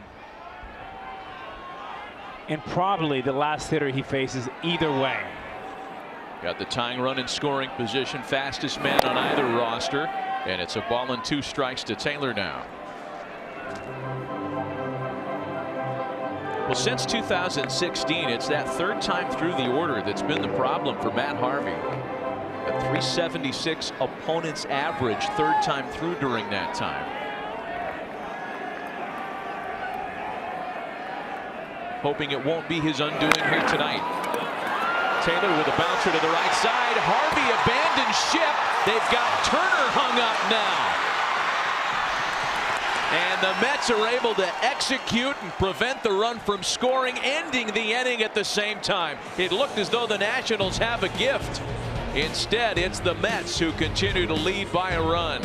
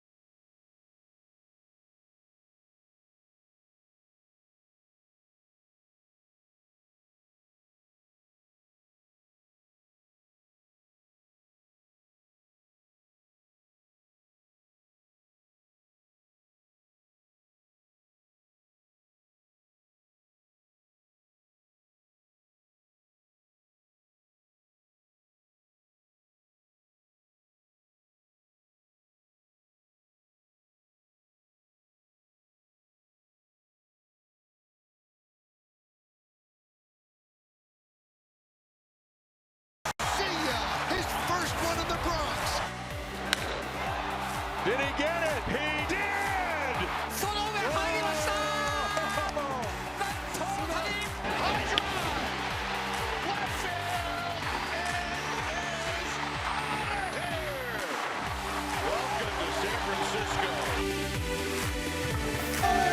The week that was in Major League Baseball, and today was an eventful day as well. Giancarlo Stanton endured another 5 strikeout game. Shohei Ohtani struck out 12, took a perfect game bid into the late stages of a win. And we are off and running in 2018. Travis d'Arnaud leads things off. And a fly ball that Howie Kendrick is able to handle. And it's 1 pitch, 1 out for the new right-hander Sean Kelly, who will take over here in the 6th. Kelly last season endured a 7.27 ERA in an abbreviated 26-inning Major League campaign. He's on here in the 6th in relief of the starter Tanner Roark, who leaves on the short end of a 5-4 score. And the pinch hitter for the Mets is the veteran Jose Reyes. Reyes with a high drive into right. Harper on the line, kind of gave up on it, thought he was closer to the wall than he was. This is unusual, especially in your home park. Bryce Harper with no one on base, kind of being in a position to catch this ball. Watch him kind of hold up as if he thinks he's going to hit something, still having about 3 or 4 feet left. And that's something you usually see when you're in a away park, you're somewhere you're unfamiliar with, but at home, you almost know every step. That's got to be a lonely feeling too. Yikes.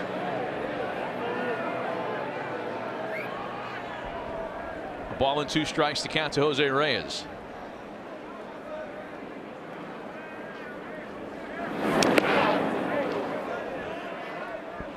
So Tanner Roark gone tonight after 5 innings. And what an unusual line for him. A bunch of strikeouts. 1 weird inning in the 3rd when he gave up the 3 walks to load the bases with 2 gone, then the slam on the next pitch to Gonzalez. And again, he's on the bad end of the decision as it stands. Matt Grace, one of the 3 left-handers in the Nationals bullpen, is the first to warm up behind him. Behind Kelly, that is. And a swing and a miss finishes off Reyes. And I want to go back to that play that ended the previous half inning, where, Alex, it looked like the Nationals had really caught a break. They sure did. And here's a clear stop sign here by Bob Hanley, the third base coach. And he's still there. And a terrific play by Adrian Gonzalez. Great sixth sense, realizing he didn't have a play at first base. Still holding his hands up at third base. A fantastic play for Gonzalez, and a big costly mistake for Turner that may end up getting a win for Matt Harvey. I mean, they had Harvey on the ropes not once but twice tonight, and he was able to escape jams in the 4th and 5th with only 1 inning scoring in each of those innings. What run that is. Counts a ball and a strike now to Ahmed Rosario. So Harvey, having been pinch hit 4 in the 6th, also gone after 5 innings tonight. And we'll see Robert Gaselman here shortly. Fastball blown past Rosario.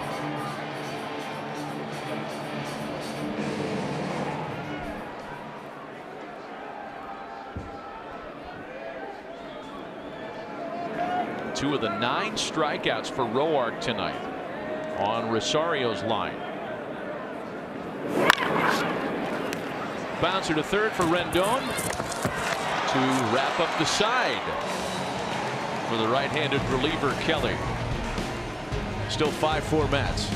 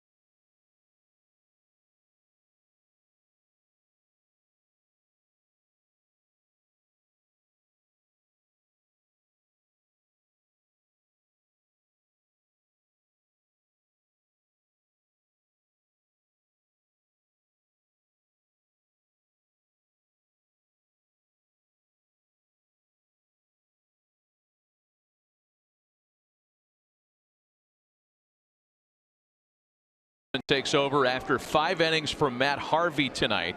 Final line won't be as clean against Harvey as it was on Monday against the Phillies. However, he does exit with a 1-run lead. Enter a man for whom most of his previous major league experience came as a starter. And Robert Gaselman now part of a reshuffled deck, if you will, in that Mets bullpen. He'll face Pedro Severino to lead things off. Severino then the pitcher spot, then the top of the order, Adam Eaton. See a lot of ground balls with Gaselman. 63% ground ball rate. He's got that sinker that he actually brought up a couple ticks last season to 94.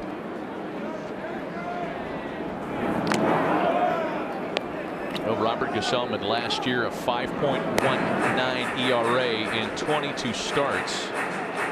But an improved sinker, to your point, Jess, has Dave Island and Mickey Callaway liking the new bullpen role for him. There are some pitchers, after all, for whom attacking a batter right away with your best stuff is a more sustainable animal than 5-6 innings at a time with a deeper repertoire, trying to set up hitters and pitch to situations. Just go get it is what they're asking of Robert Gaselman now. Full count, 3-2. And I'll tell you, man, when you face a guy, to your point, for the second or third time, it gets a lot easier. Advantage goes to the hitter. And there's ball 4. So much for coming right after you and attacking. Leadoff walk by Gaselman. Sunday Night Baseball is presented by Taco Bell and brought to you by Progressive Insurance. Step up to the plate for savings. Visit progressive.com and Wells Fargo. Building better every day. You put it on the wrong finger. Did you see that? For the right hand. He's nervous. It's on national TV. Poor guy. He thought she was going to say no. Yeah, whatever, Carlos Correa. Yeah. A pinch hitter now in the pitcher spot after the leadoff walk. It's Brian Goodwin, who is off to a fast start this year. You know, there's a part of the game right here that you have Harper up 4th. And if he gets up this inning, Mickey Callaway should have a lefty up to face him. Grounded to shortstop. Rosario knocks it down. Does have the presence of mind to still get the out at second. And there's 1 out and 1 on. Tough hop right here, as you'll see. Nice recovery. And very smart not to throw that ball over to first base.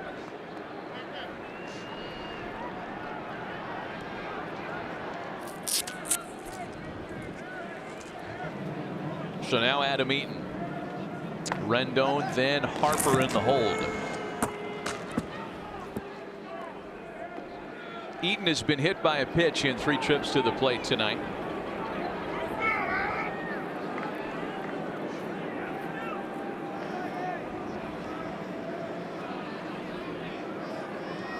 Goodwin with an aggressive lead.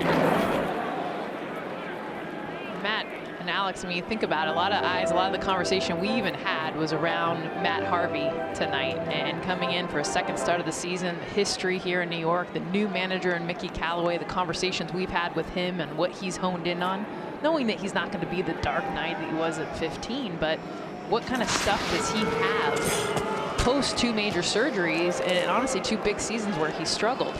I think tonight was even better than his last start, even though he gave up some big hits. He stayed with it. His composure. You talked about his pace, Alex. His slider tonight, very effective. You know, you take away Harper and Trey Turner, and he had a very, very good night. But again, giving his team a chance to win. And like Matt said, he's in a position after that base running mistake by Turner to get a W for the Mets and for himself. 0-2 to Eaton. Goodwin off to that aggressive lead once again, and Eaton sticks around. Trust your gut, pick the right player, and get one step closer to winning $5.6 million. Download Beat the Streak in the App Store or on MLB.com/BTS today. Some dude almost won the $5.6 million last year, by the way. 5.6 million? Mill. You got to pick one guy that's going to get a base hit for 56 straight games. Sounds easy, right? No. It's so not easy. Casey Stern doesn't. Does he do that on MLB Network Radio? He always does the Beat the Streak. Everyone's competing. Tough. It's really hard to do. Still 0-2 to Adam Eaton.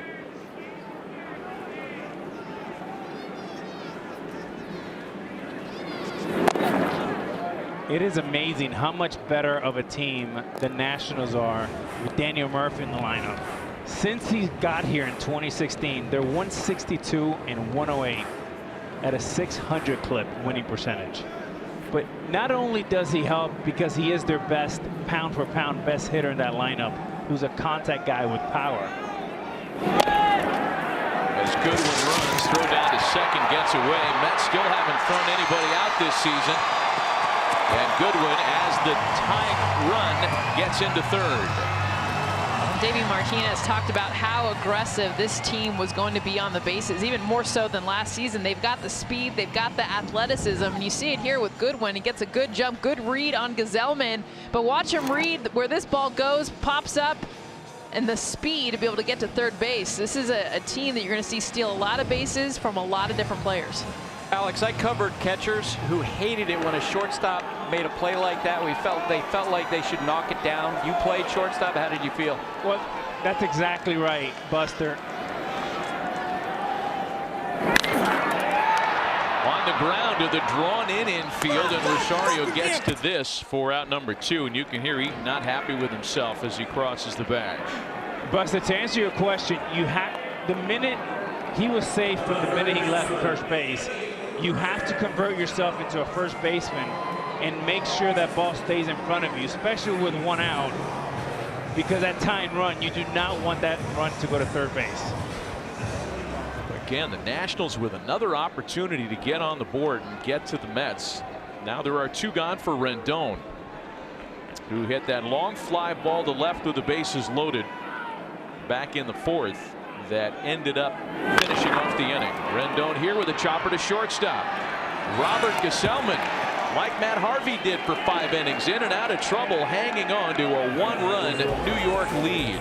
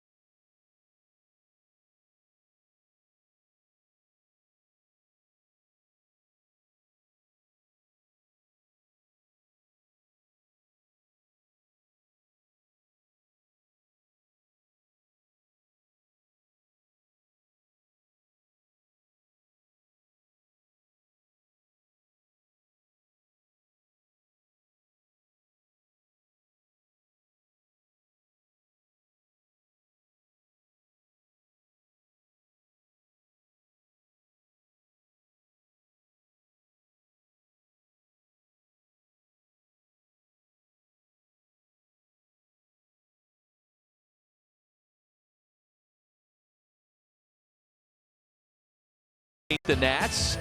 And in fact, that's the subject of Buster's poll question tonight. Yeah, the poll question this week, which superpower would you like to have the most? Noah Syndergaard's arm, Bryce Harper's power, Trey Turner's speed, Daniel Murphy's hand-eye coordination. We got almost 52,000 votes. Harper's power came in. I tell you what, when the voting started, Noah Syndergaard looked like he was going to run away with it. People jumped in with Bryce Harper. I asked Daniel Murphy and told him that he was on this list. He goes, mine's not as sexy as those other ones. Well, even the cartoon. You got Noah Syndergaard throwing flames. You got flashing speed of Turner and Harper. Second reliever enters for the Nationals tonight. Left-hander Matt Grace takes over. And a bouncer into the shift off the bat of Michael Conforto for one away. Now, speaking of some of that power, let's take a look at the Corona Premier moment tonight.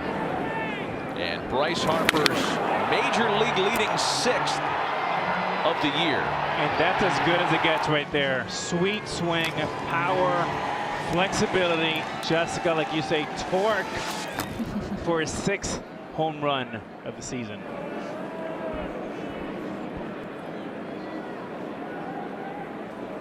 One gone for Yoenis Cespedes now, who's been quiet tonight, 0 for 3 and just 2 for his last 20 at the plate.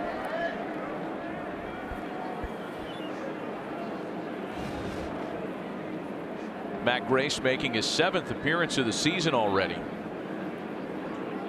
A ground ball specialist from the left side of the rubber. Quickly in front, 0-2 on Yoenis Cespedes. Cespedes is one of the best low ball hitters I've ever seen. Where you want to get him out is above the belt. He's got a bit of a blind spot up there, but if you miss down, it could be dangerous.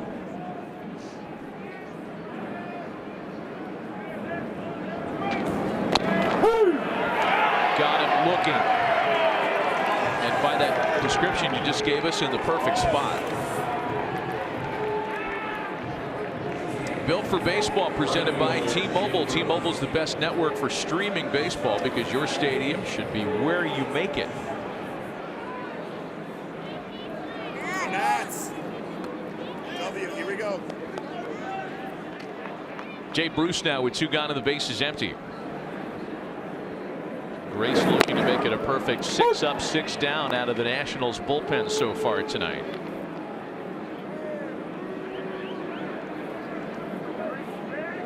Jay has struck out, walked, and doubled this evening.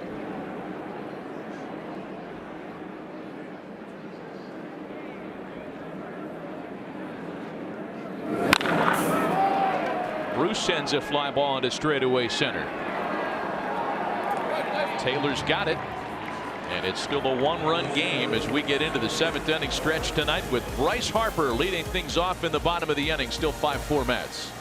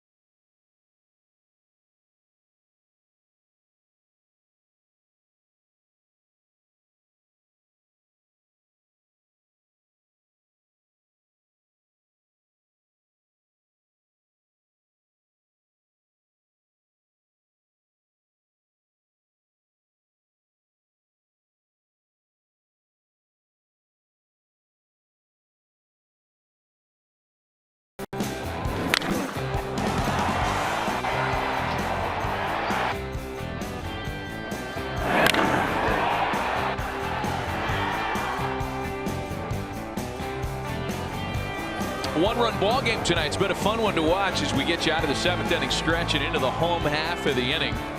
A 5-4 lead for the Mets. The difference, the Adrian Gonzalez grand slam in the 3rd after 3 straight 2-out walks by Tanner Roark. Gonzalez first as a Met, and New York yet to look back. So Bryce Harper will lead things off in the 7th. It'll be Harper, Adams, and Kendrick as Robert Gaselman sticks around for a 2nd inning in relief. He worked quickly and efficiently in the 6th. And here we go for Bryce Harper, who has singled twice and homered tonight.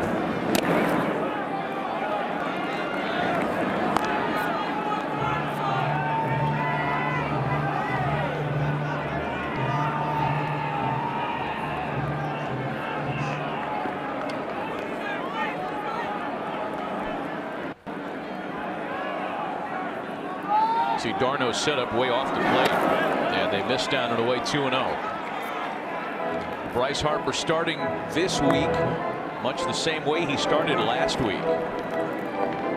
Last Sunday and Monday he had a span of 8 trips to the plate, 3 homers, 5 walks. No other active player had a stretch of 8 straight plate appearances with either a walk or a homer. I think they're following your advice, Alex. Yep, not a bad idea here to put him on first base.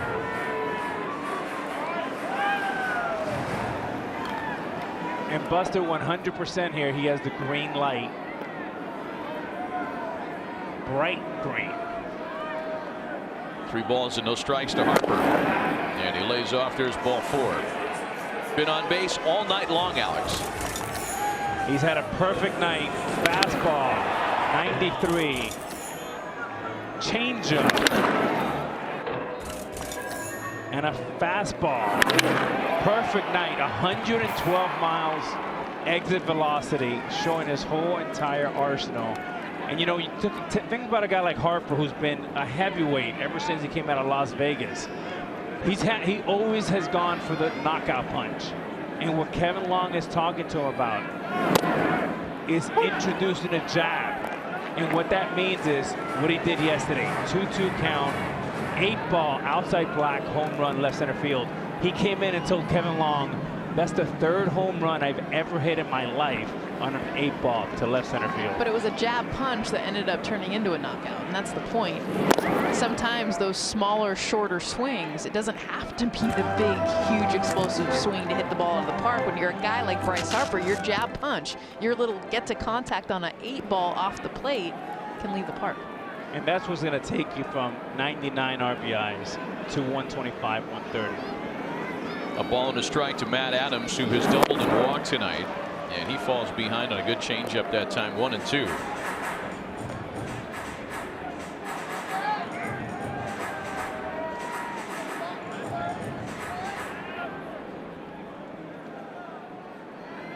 Tying run on base here in the last of the 7th, and a guy that struck for 19 home runs in an abbreviated year last season as a Brave. Adams sticks around. It's a ball and 2 strikes.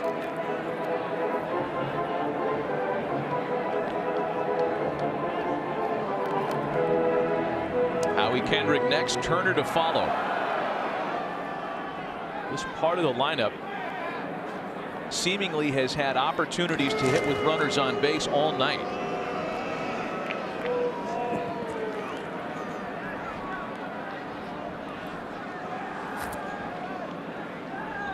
It's true, Matt Adams.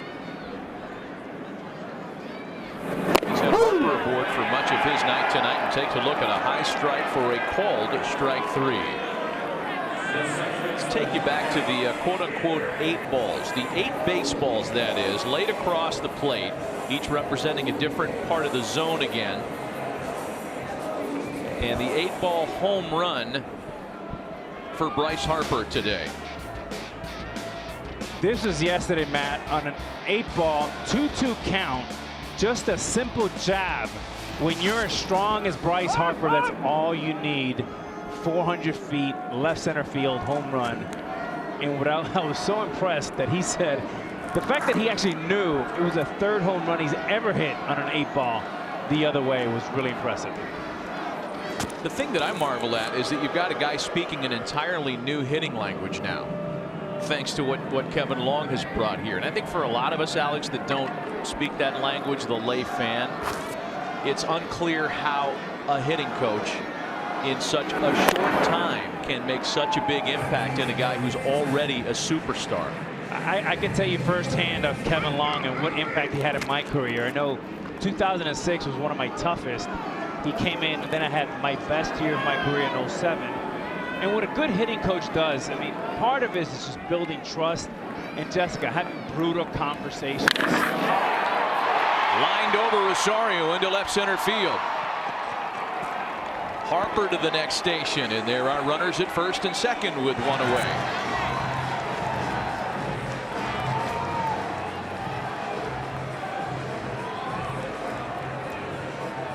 There's the 8-ball I'm talking about, Matt. And to hit that pitch, it's very difficult to do it with a Mike Tyson knockout punch. What you have here is a shorter, compact swing.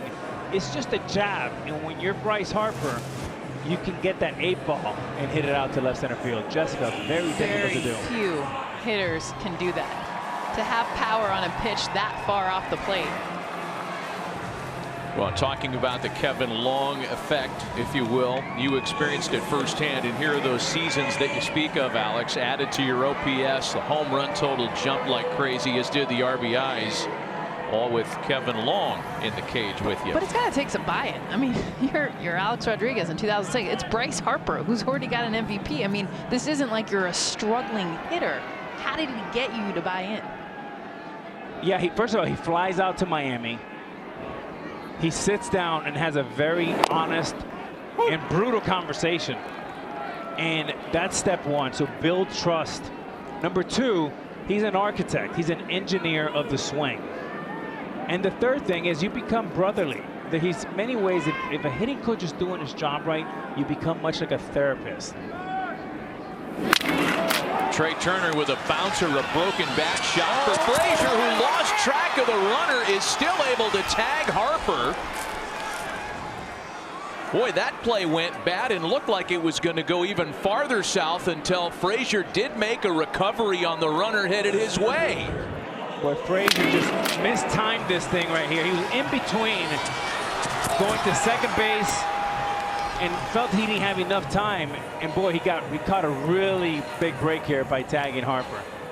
This could have been bases loaded with one out. Well, he's thinking double play when he gets it, and then realizes, okay, I'll get one maybe at second, but I'm not going to be able to get two. Do I want to put this run at third base? He got lucky.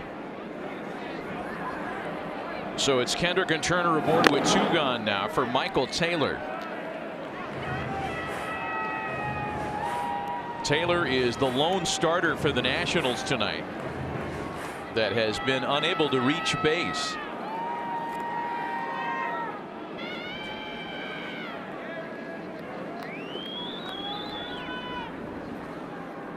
Ball and no strikes to him here with runners at first and second.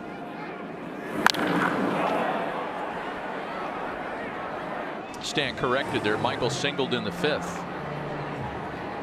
Take that hit away from him. That's terrible. That's when the final out was recorded on Turner trying to score from third base after missing the sign.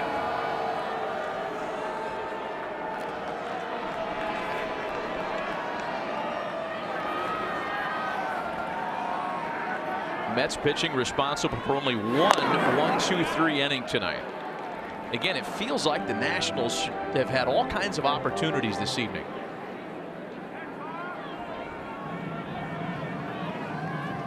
Double the amount of hits. I mean, the fact that they're in double digits with just the 4 runs. The Mets 5 hits and 5 runs.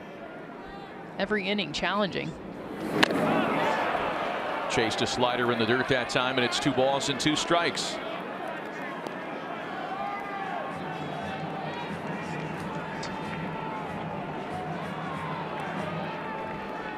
And Matt, Jessica, I've never seen Bob Henley here. I've never seen a guy that close, third base coach that close to the hitter. I can't tell you how dangerous that is, and he's not even looking at him.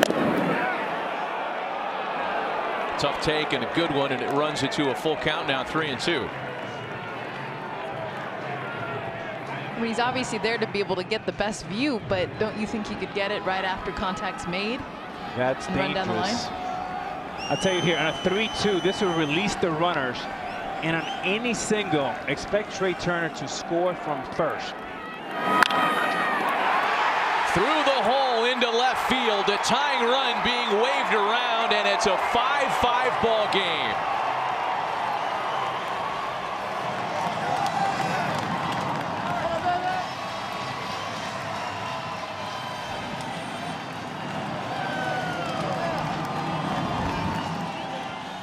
Again, laying off the 2-2, very close backdoor sinker, buys you one more pitch. 3-2, base hit, nice hitting, and again, the leadoff walk ends up being the tying run. Bryce Harper checks in again. So now Pedro Severino, who's had a nice night, an RBI double and a base on balls. Nationals back to even.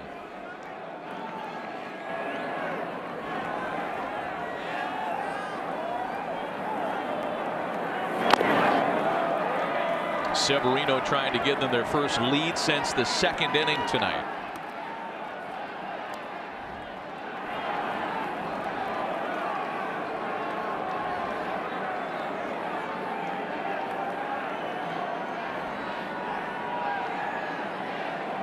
And with Grace on deck, I would expect a pinch hitter. Severino with a shot out to center field. Conforto gloves it to retire the side. Not before the tying run can cross the plate in the 7th. We're headed to the 8th. A 5-5 ball game.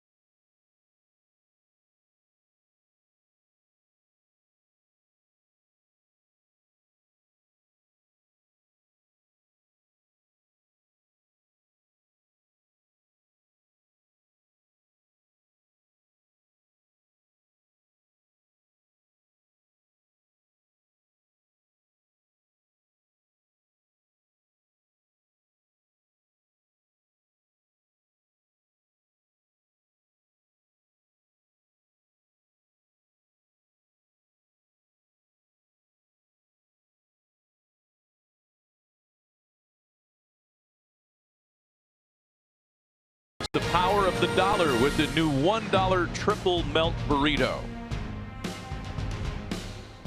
Exactly how Thomas Jefferson envisioned it back in the day. The $1 burrito. And a chilly April night for baseball, but a fun one to watch. A 5-5 affair after the Nationals played the tying run in the bottom of the 7th. Ay. There's a lot going on in D.C. today with the cherry blossoms, right? There was a race. Traffic was crazy. Rough. There's Ryan Madsen out of the Nationals bullpen. The third Nationals reliever to see the box score tonight. So a couple of bullpen trends. One that seemed to take a little turn, and one that the Nationals hope stays alive. Todd Frazier's got a solid base hit to lead things off in the 8th.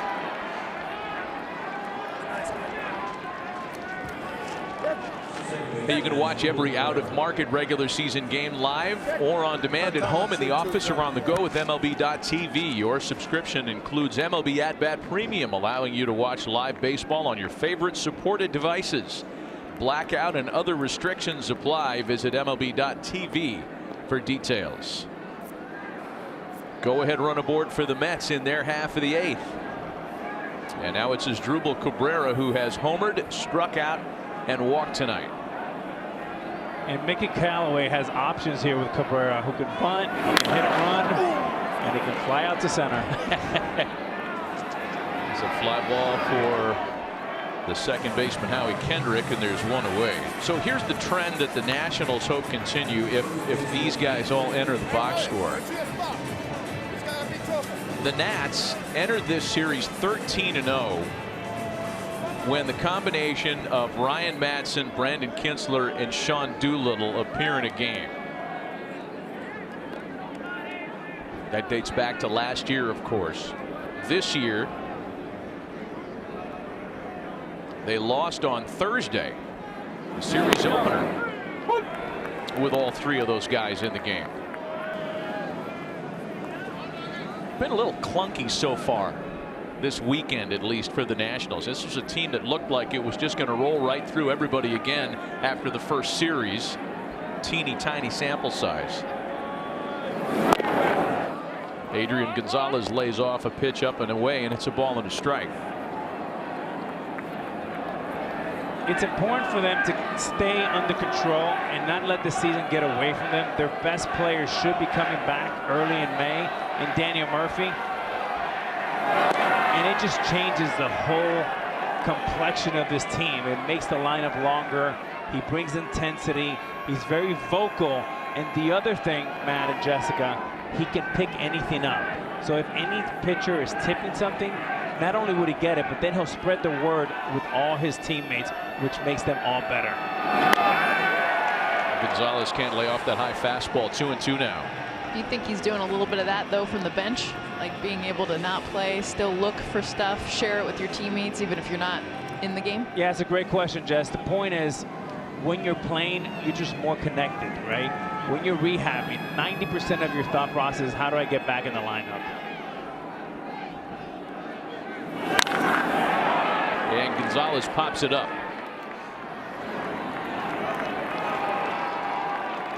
2 gone in the 8th. A reminder, more MLB action on ESPN this week. Brewers and Cardinals coming up tomorrow night. Then on Tuesday, the Yankees and the red-hot Red Sox, winners of 8 in a row through tonight's comeback win against the Rays. And then on Sunday, next Sunday that is, it's the Rangers and Astros. How about David Price, 2-0, 14 innings, 7 hits, no runs. If they get him to be that pitcher throughout this season, he looks terrific early on. And Alex Cora is doing a very nice job over there. Like a little scare with Xander Bogaerts coming out of the game today on that slide he made into the dugout. He's been their hottest hitter. Travis d'Arnaud now with a runner aboard and 2 gone. Tremendous job. I mean, a running lead by Todd Frazier, who just stole that base off of Ryan Madson.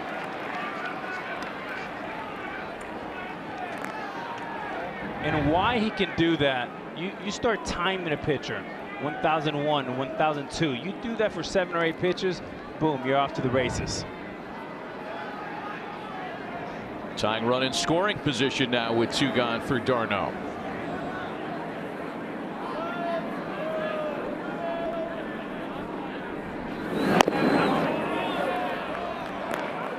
Two balls and no strikes. With that stolen base, Todd Frazier has just gained a share of the New York Mets stolen base lead. And they're turning up tables in Tom's River.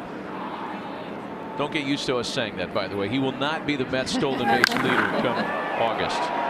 That's into right field, and Harper gliding over to retire the side. Tying run left stranded to the bottom of the 8th tonight.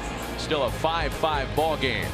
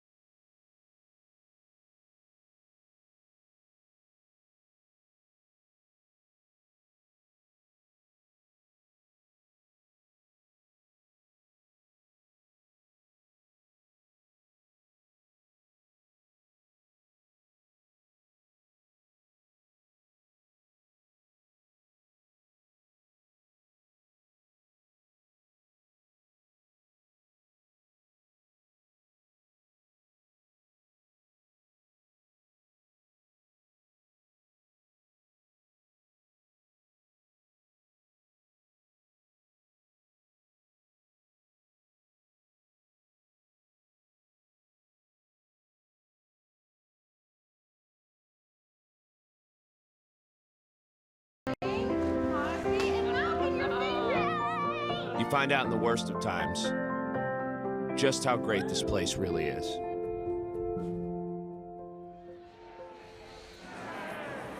How the city of Pittsburgh and its teams have helped local sports radio host Colin Dunlap and his family fight during their daughter's fight against leukemia. Tune into SportsCenter after tonight's game for Thank You Pittsburgh, this week's SC featured. After we finish up SportsCenter with Steve Levy and John Anderson, they'll have a complete wrap-up of the Masters, Shohei Ohtani's second start, and what a supporting act it was. SportsCenter next on ESPN and the ESPN app. Couple of changes to post as we go to the bottom of the 8th inning. First on the mound, right-hander A.J. Ramos takes over in relief of Robert Gaselman, who went 2 behind Matt Harvey tonight. Ramos unscored upon in 3 2/3, 4 outings of work so far this year. And it's Ryan Zimmerman pinch hitting and sending a ball into the gap. Tracked nicely by Conforto, however, who makes a fine catch to take away what looked like extra bases. Well, there's two things here. It's the initial jump and being able to take the right route, knowing where the wall is, knowing where it's at in the gap, and then being able to understand where you're at in the field, make this nice slide to be able to get in, follow the ball as he makes this catch instead of laying out fully, which makes it hard because he's still running back. He just goes down into a slide to finish it up.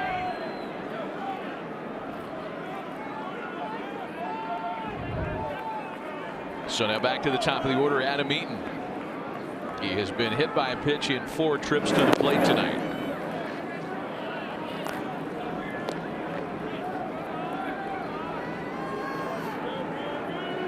'27 saves last year for A.J. Ramos between the Marlins and the Mets.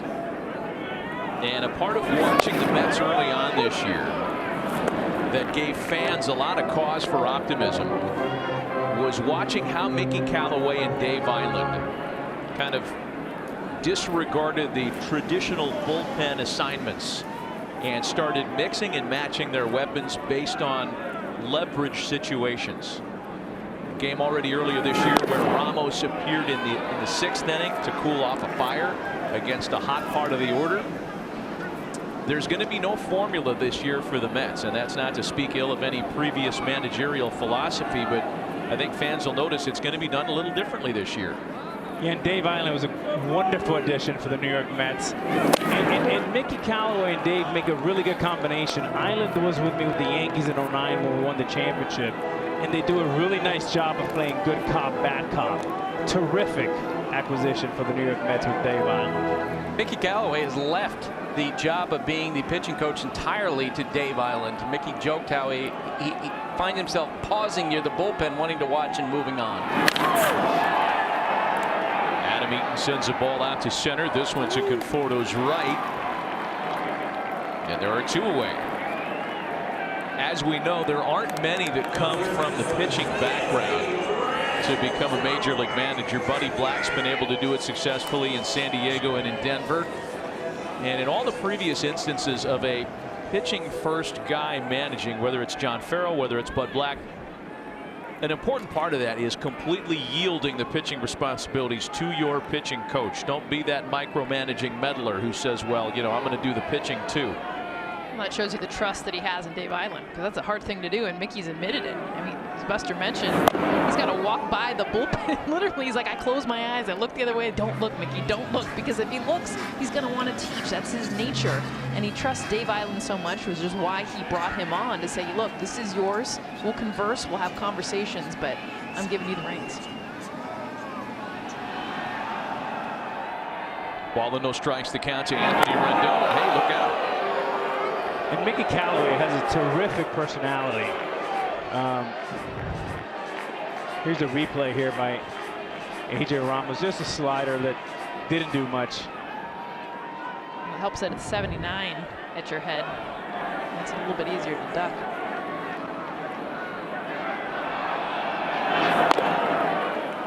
He's got his ball moving all over the place tonight. 3 balls and no strikes. You know what's coming up next. Bryce Harper waiting on deck. And though Ramos is a right-handed pitcher, he has been particularly tough against left-handed bats. So this is the guy that Callaway wants out there. And he'll go to work on Harper now with a man aboard and 2 gone. Here should come a lefty to face Harper. Well, Bryce has been doing what he's done all season again tonight. A homer, a couple of base hits, and a walk. And it looks like exactly that scenario will play out, Alex. Jerry Blevins, the only left-hander in the bullpen for the Mets, will in fact be called on to get Bryce Harper a pitching change, and we'll be right back.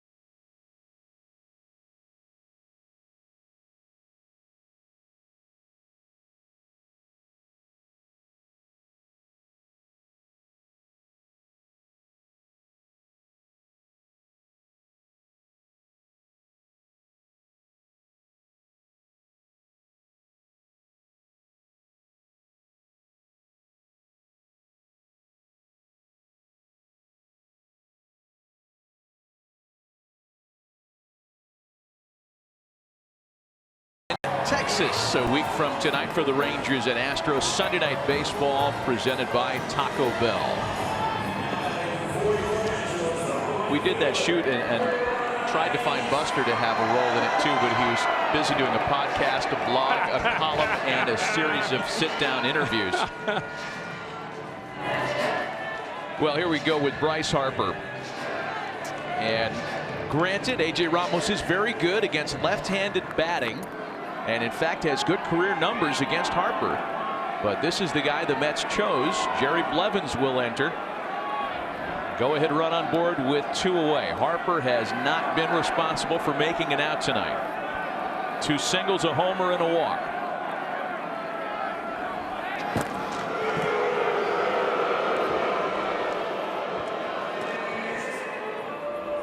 Blevins again, the lone left-hander in the Mets bullpen for the moment. 75 appearances last year, a sub-3 ERA. A reliable situational choice for Terry Collins, and Mickey Callaway hoping he can rely on him for the same type of stuff this year.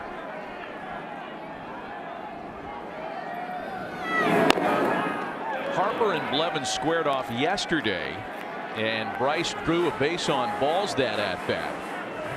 It's been the result on a number of their career matchups. Harper's 2 for 10 with 4 walks and a homer against Jerry Blevins.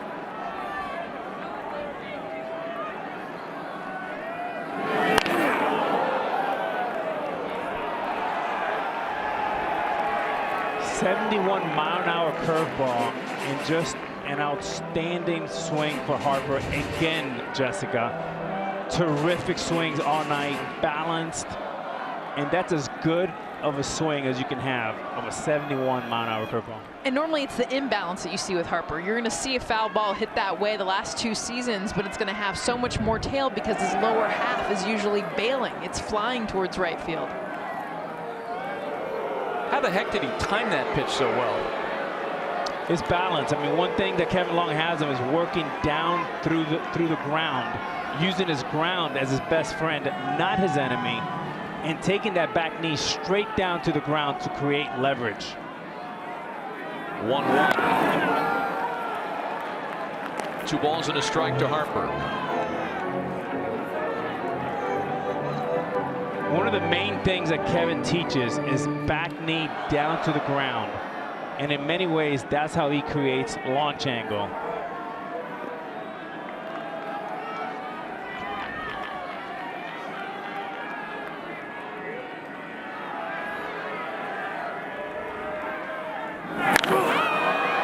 Harper fights off a high fastball and fouls it away. Looking very hitterish.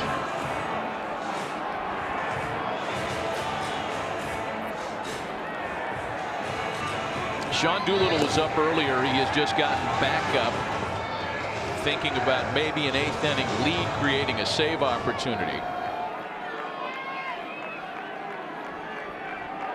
Now Rendon at first base has probably had the red light. Now it goes to 2-2. Now it goes to green light. You can release him now, like that. And he runs and he's picked off. Like that.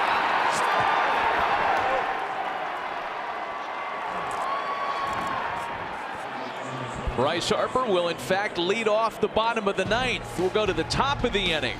Still tied 5 apiece.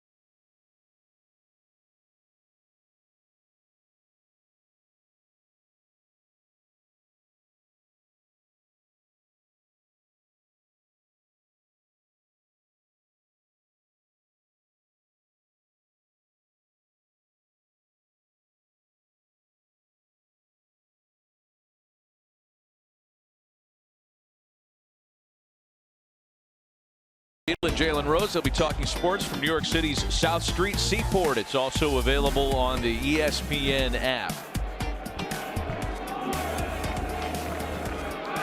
Well, Sean Doolittle got up a moment ago, and we weren't sure if he was coming into a tie game or if Dave Martinez was going to hold him for a potential lead and save situation.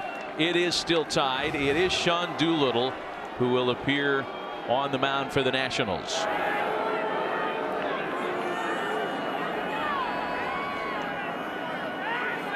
Pinch hitter will be Wilmer Flores, leading things off for New York in a 5-5 game. And he takes a knee-high strike. Flores very good against left-handed pitching throughout his career. Last year in particular, .291 with 7 home runs against Southpaws last year.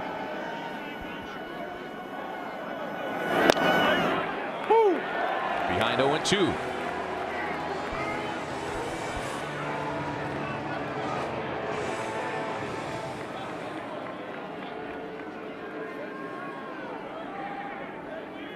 Rosario and Conforto wait next. See, Severino wants to crowd him. Doolittle's 0-2 pitch is fouled away.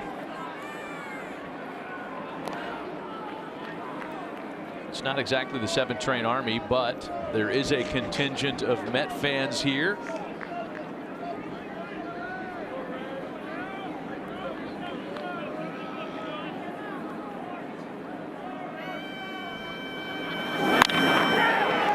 Off the fists and line softly to Kendrick. Was that the 7 line army? They look like they lost a little their bite. All the way from Queens. It's cold, man. Even the 7 line army is a little muted tonight. Where's Brewer? Where's Jim Brewer when you need him?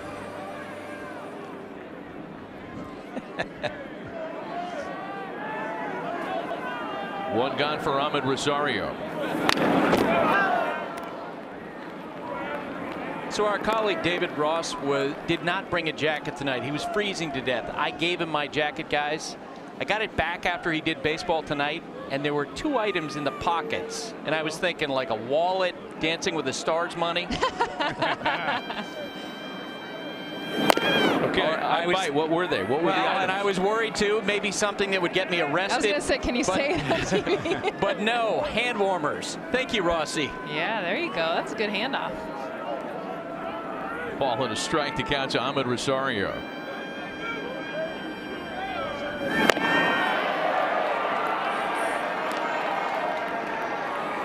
This is what Doolittle does so well. Lights up the strike zone, will elevate. A trend where we see more pitchers throw belt high and above. Sean Doolittle has made a living in this closer role, throwing in the upper half of the zone. The 1-2 made him chase up. Been a rough night for Rosario. 2 quick outs for the Star Wars enthusiast and heavy metal expert Sean Doolittle. This is out of the zone, out of the hand. It is a ball, but it's enticing for so many hitters. Alex, you can attest to this. You see it, even if it's chest high, you think, okay, if I can get my hands to this, and it almost has that appearance of continuing to rise. That's the spin on it, of just not dropping and staying straight, and that's what Sean Doolittle does so well. Yeah, and the folks at home are probably thinking, how do you swing at that pitch? You know, facing Doolittle, the ball comes out of his hand, everything looks like a strike, and it just keeps going, rising and rising and rising. Michael Conforto now with 2 gone and the base is empty. Again, Bryce Harper will lead off the bottom of the 9th. He'll do so against somebody other than Jerry Blevins, who was pinch hit for here in the inning.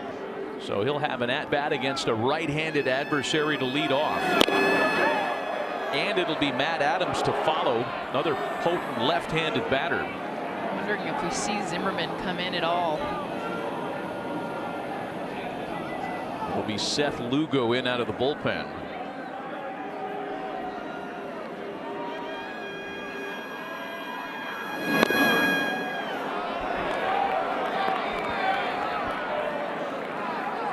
Two balls and a strike.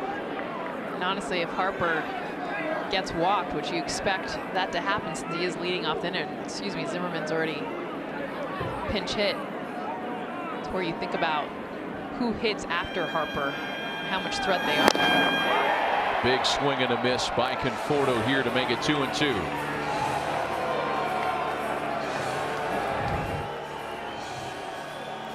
Good fastball here. Inner half, and swings right underneath it.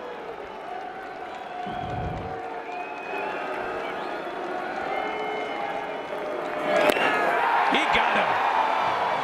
Sean Doolittle making him chase with mid-90s gas. He's fired up.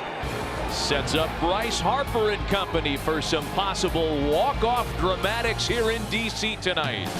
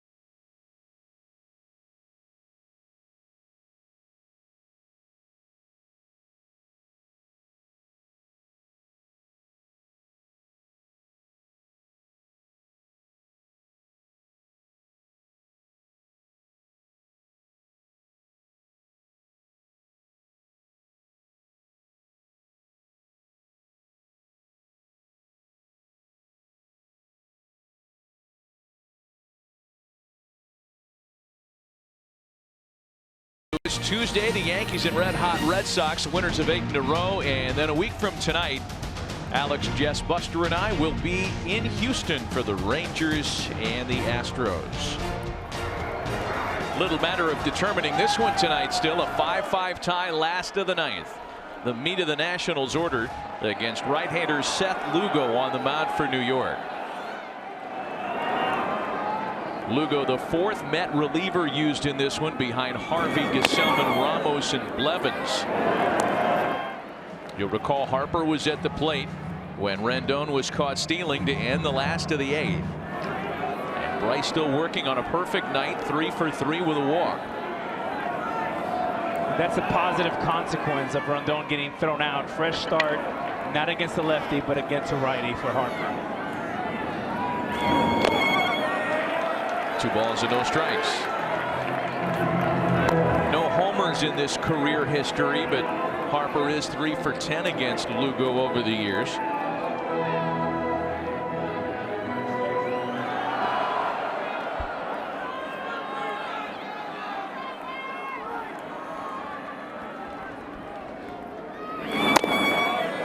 Three balls and no strikes. And it becomes more and more unlikely that Harper will see anything remotely resembling a strike.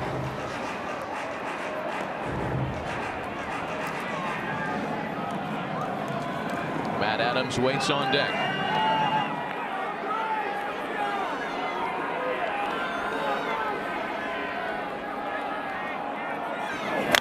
Lugo out of the old-fashioned wind, a pretty good pitch around the knees at 95 that's fouled away. Bright green light that you were talking about earlier, Alex. Neon green. 3-0. And that's not even a pitch that you want, 3-0, but this just shows the confidence that Harper has, how well he's swinging the bat. When you get a pitch that really is a pitcher's pitch, he's trying to walk you. You battle it off. And I like that because that's probably the only strike he's going to get this at bat. Indeed, ball 4. Winning run on base to start the last of the 9th.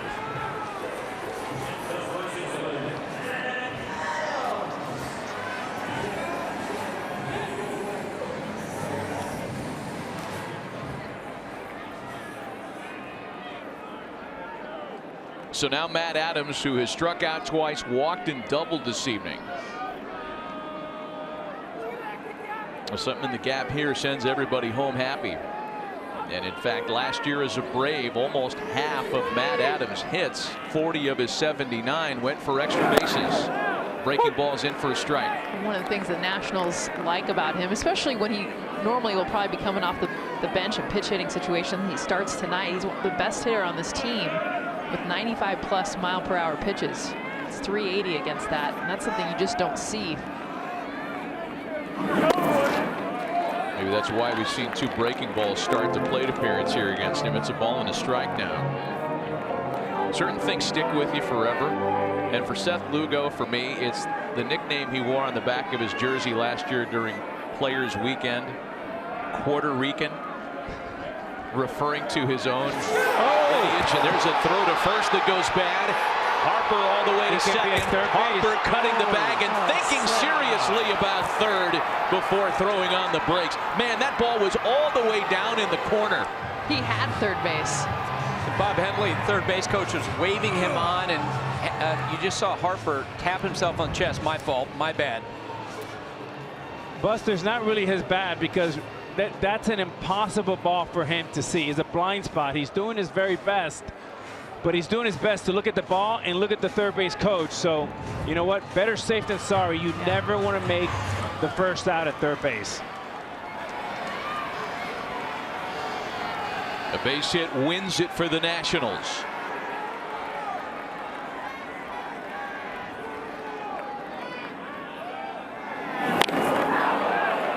And Adams is late on 95.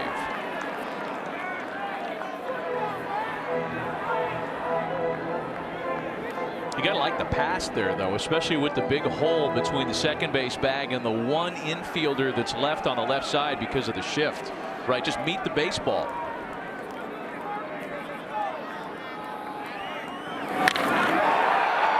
into center field. This should get him to third base. Conforto makes the catch. Harper does tag up and advance, and now the winning run is 90 feet away with one gone here in the ninth.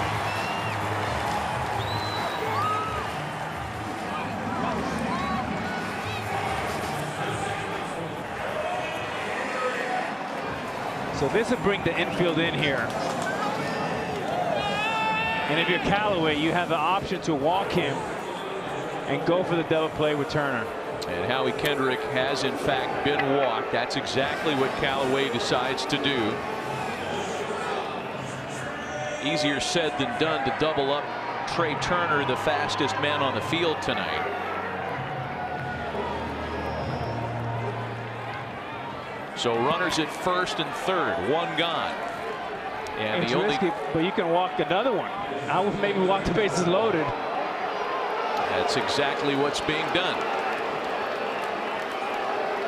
And the reason why this is a good move is because you can have the force play in every base, including home plate. Well, and a more realistic, even though Taylor has speed, but the chances of Trey Turner hitting into a double play percentages go way down. Yeah, and you should play the corners in and play halfway up the middle.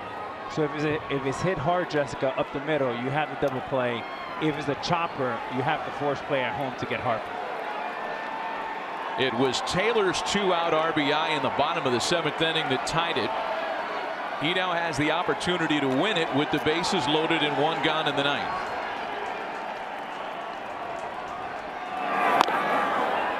Slider swung on and missed.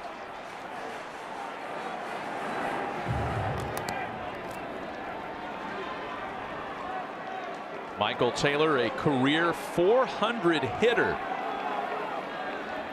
8 for 20 with 2 grand slams with the bases loaded.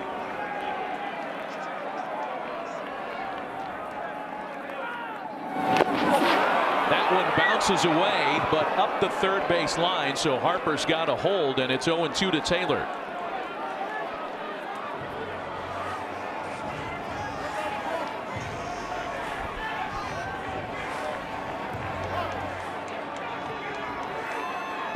And if you're Harper here, you want to make sure you have a decent lead at third base with a nice secondary for 2 reasons. If it's a chopper, you want to beat the force, and if there's a wild pitch, the game could be over if you have a good secondary lead, which for me right now is too short.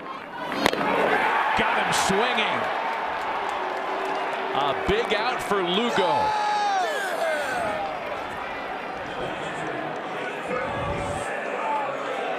Nice pitching here. Great sequences. Early he goes soft and away with the slider, slows Taylor down, and with 2 strikes, climbs the ladder with a 95-mile-an-hour fastball, becoming the most effective pitch in baseball, Jessica. You've alluded to earlier, the fastball up. Well, now it's up to Pedro Severino with 2 gone and the bases loaded. No longer does the fly ball win it for you. And Lugo's first pitch to Severino is a slider in for a strike.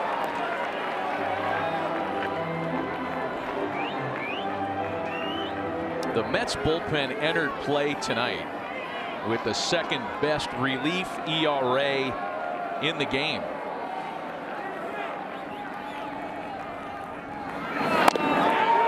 Another good breaking ball puts him behind 0-2. Gaselman gave up the 1 run in the 7th. But the combination of Ramos, Blevins, and so far Lugo unscored upon.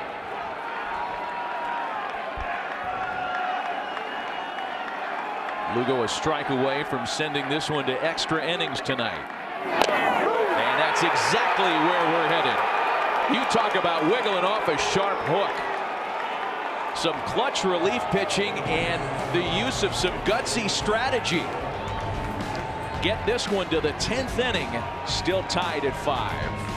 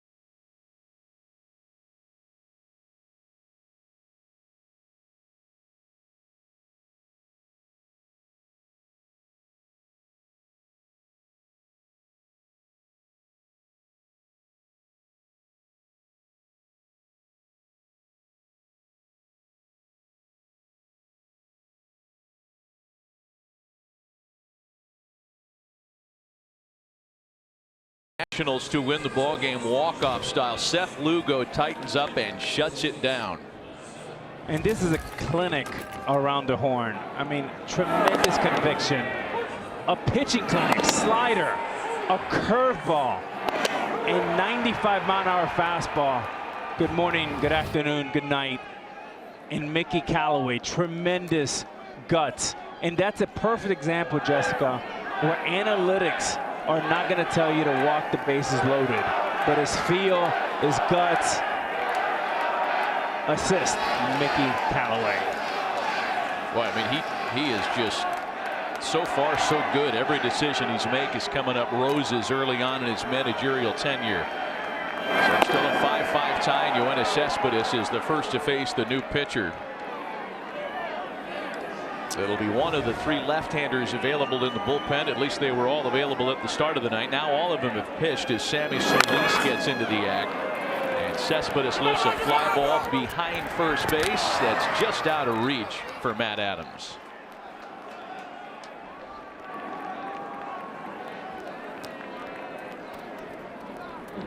Matt Adams goes a long way to try to even get to this ball, ending up in shallow right field foul.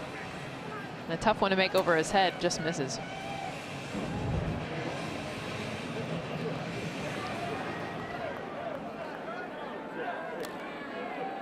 Cespedes has been quiet tonight. We were told before the game he was not feeling 100%. Perhaps that's a part of the 0 for 4.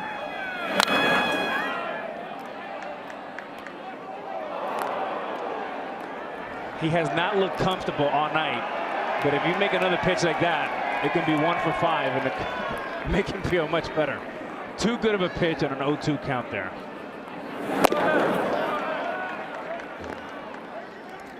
High fastball has been a very effective weapon tonight on both sides of the scorecard. Well, it'll be the most effective weapon usually against Cespedes. Crushes the lower half of the zone.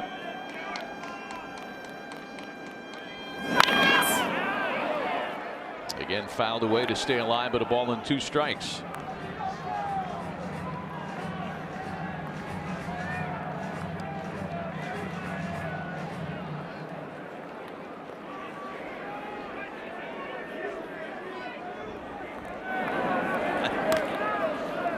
Those are always funny to me. Why? Fat heads? Yeah, I love them.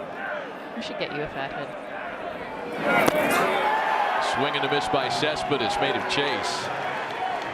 Of myself? Yeah. No. Have it in the booth. It's not a big seller.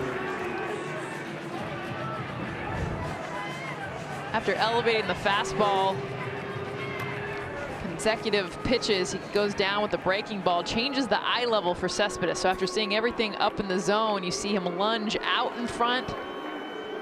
Miss the breaking ball that goes underneath the bat.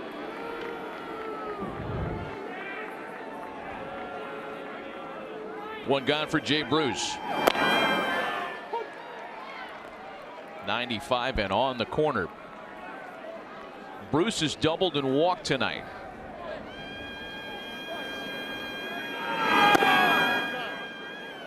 You know, so much for the conversation around Jay Bruce that read country guy from Beaumont, Texas. Yeah. Prefers playing in a small media state like Ohio, Cleveland, Cincinnati, etc. It was thought that he didn't enjoy his time in New York. Well, by his choosing, he came back to re-sign with the Mets, a 3-year, $39 million deal, which most would agree put the Mets in pretty good shape to add pop to the middle of their lineup. And when you consider the price tag that other clubs paid for similar players this winter, does strike out here, and there are 2 gone in the ninth. 10th, rather.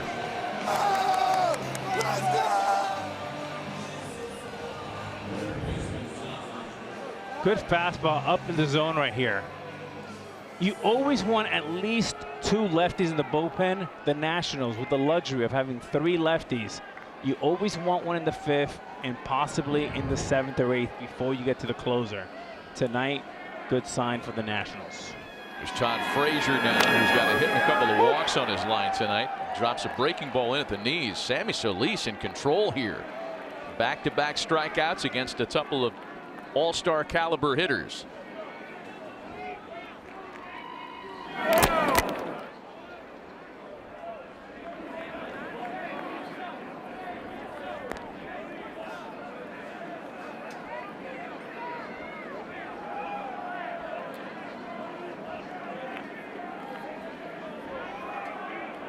If you're Frazier, you have one thing on your mind, and that's damage. Get a good pitch to hit and hit it into the seats and left center field. There have been so many buttons pushed in this game already. We've seen a lot of bench guys already used. We've seen 5 relievers enter the game now for the Nationals, 4 on the other side for the Mets. But there aren't going to be too many options should this thing plod deeper into the night. That's when it gets fun. Start pulling in position players. Did you ever pitch in a game? No, sir. Who was going to be the manager that took Alex Rodriguez and had him mop up by pitching the 19th? Not Lou Piniella.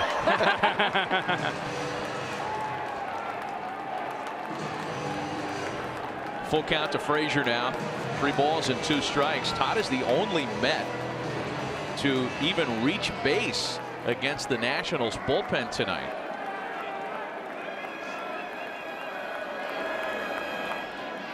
Here's the 3-2-1. Got him looking. Sammy Solis strikes out the side in the 10th.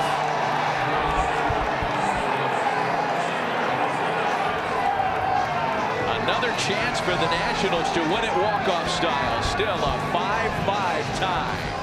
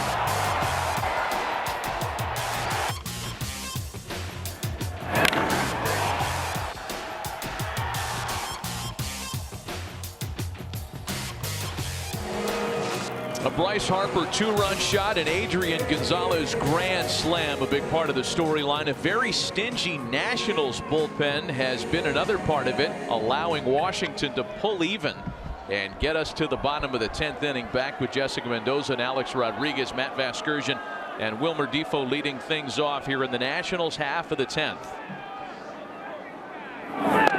It'll be Defoe, then top of the order Eaton and Rendon here for Washington.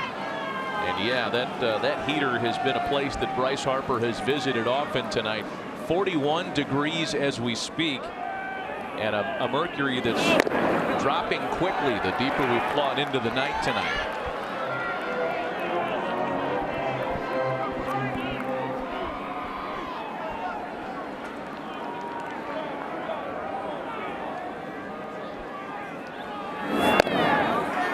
Seth Lugo came out in the 9th. And looked as though things were going to get away from he and the Mets on this night. Walked the leadoff hitter. Then after Matt Adams lined out, Kendrick and Turner were intentionally walked. Golden opportunity for the Nationals to win it with a fly ball for Michael Taylor. He struck out, and then Lugo struck out Pedro Severino to get out of the jam. 3-1. And a full count. Ball 4 there. And if the leadoff hitter gets on, expect Adam Eaton to lay a bunt down.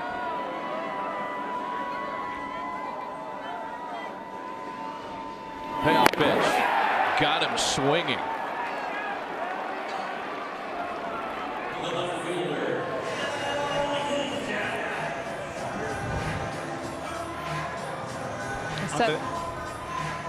Seth Lugo really utilizing the south to north with the breaking ball down in the zone and then being able to come up and elevate. And we've seen that a lot tonight from both sides. The elevated fastball getting a ton of swing and misses. So now Adam Eaton, who is hitless in 5 trips to the plate. He was hit by a pitch in the 4th. It was the inning that the Nationals loaded the bases against Matt Harvey, only to watch Anthony Rendon fly out to the track in left. Guy they call Spanky's cooled off a little bit tonight. 0 for 4. Seth Lugo, very impressive so far, very crisp with all his pitches. Fastball, curveball, slider, good pace, good cadence.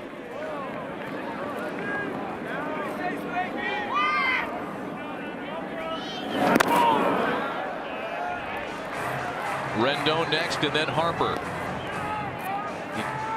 You know that the Nationals are hoping that they can get Bryce the plate appearance here in the 10th inning with a chance to win the ball game.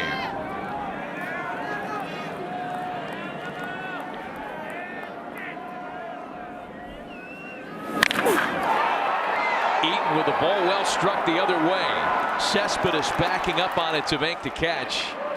And there are 2 gone in the 10th.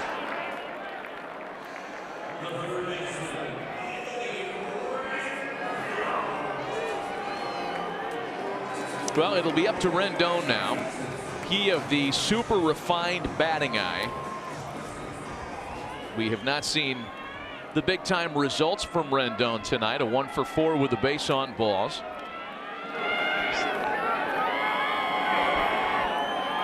Just missed a grand slam earlier today.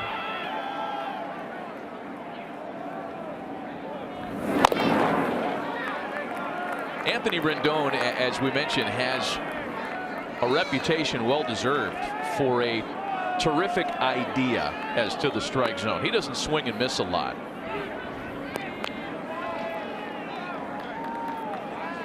All the reason why it was a little bit confusing for Nationals fans to watch him not only called out on strikes yesterday, but ejected from a ball game. He shortens up to bunt. Oh boy, and that's a beauty, Judge. How soft his hands are on this bunt. I mean, this is something that's so difficult for a right-handed batter to do on a pitch that's coming in hard, and the way that he's able to catch and deaden this and just really catch the defense off guard to get a base runner and honestly extend the inning to get Harper up to bat.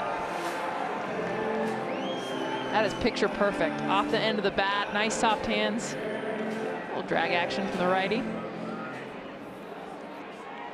But whatever it takes to get Bryce Harper the plate appearance here to win the ball game. Rendon's aboard on the bunt base hit. And now it's Harper, who still has not been responsible for an out tonight. 3 for 3 with 2 walks. A bouncer for Gonzalez to Lugo covering, and he's able to hang on the bag long enough to retire the side and send us to an 11th.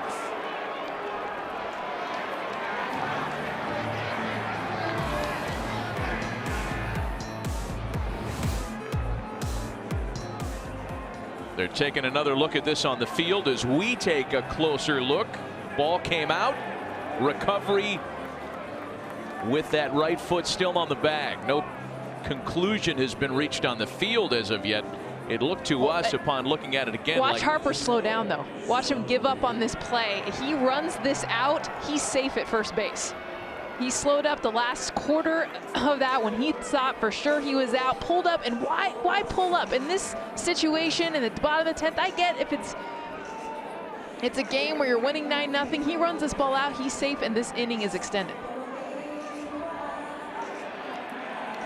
We make a good point. It did look like, however, Lugo recovered with that right foot on the bag.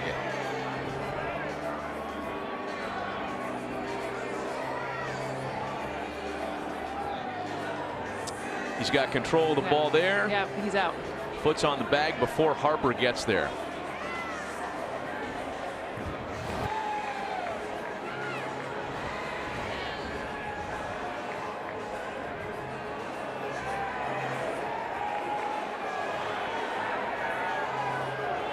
They're taking a good long look at this in New York City.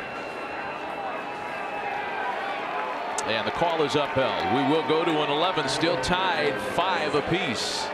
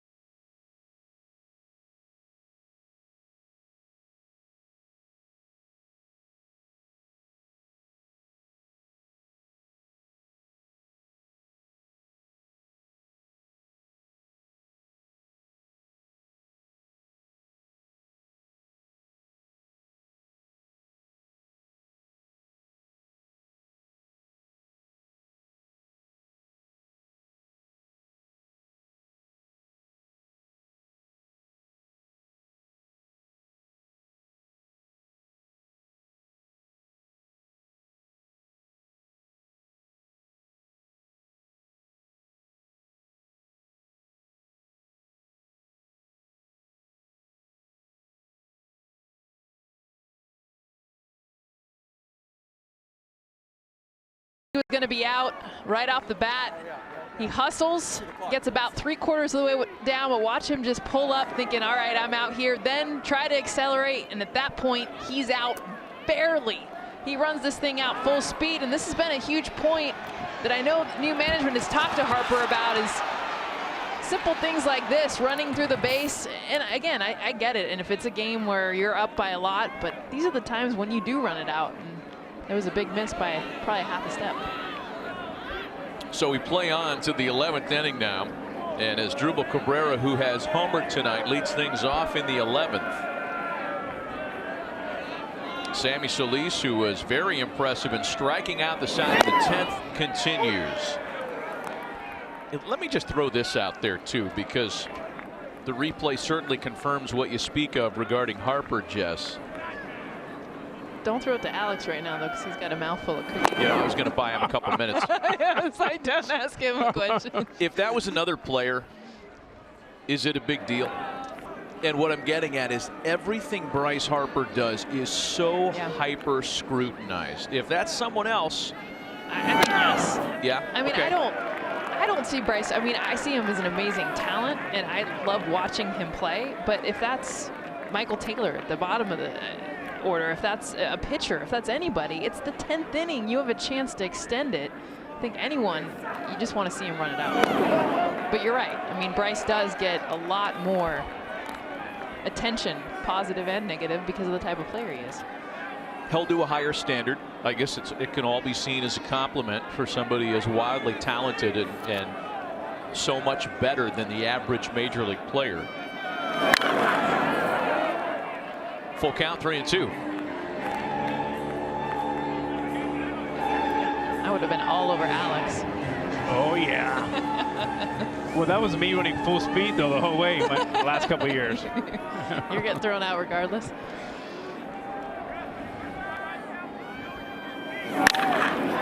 Back up the box and into center field for a base hit. Go ahead, run aboard on the visiting side.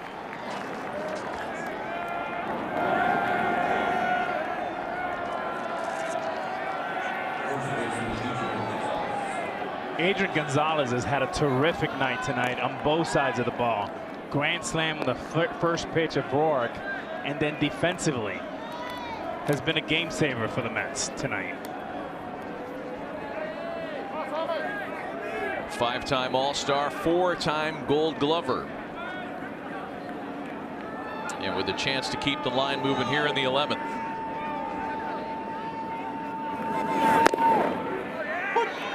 And Alex, what I've liked about Gonzalez tonight is his first at bat. Matt even mentioned it. It was a strikeout, but it was kind of an awful at bat. He was kind of flailing at pitches, just didn't look like he was seeing the ball well. He comes up, and this is where the veteran part of him, a completely different mindset, aggressive, and looking for one particular zone. He gets a grand slam. Well, let's take you back to the third after the 3 straight 2-out walks. First pitch he saw was in a roar. Well, Matt, he was late in his first at bat, so what does he do? He gets it going. First pitch, he knows, all right, they're going to try to get in my kitchen, get inside. I'm going to get the barrel out. And this is a guy who doesn't have the same bat speed he did 5, 6, 7 years ago, so he does have to look for a specific pitch. He does. He gets it there.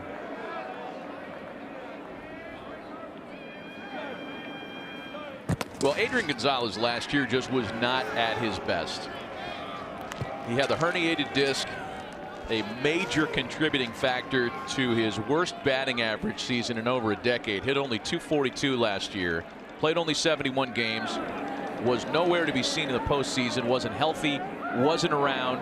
Clay Bellinger had taken that job over. Cody Bellinger had taken that job over. If Clay had taken that job, it would have been a big story. Clay's been retired as a firefighter in Phoenix for the last number of years.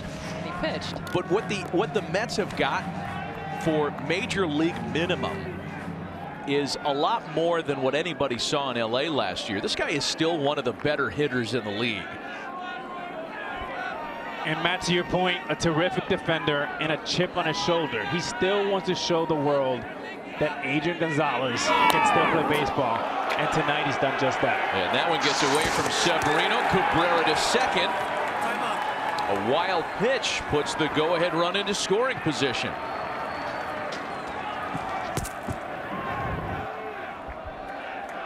And just a fastball up. Ball he should handle, doesn't, and it gets the runner to second. Here is where a guy like Adrian Gonzalez shows his worth. Get a ground ball to second base, ground ball to first base, get Cabrera over to third base.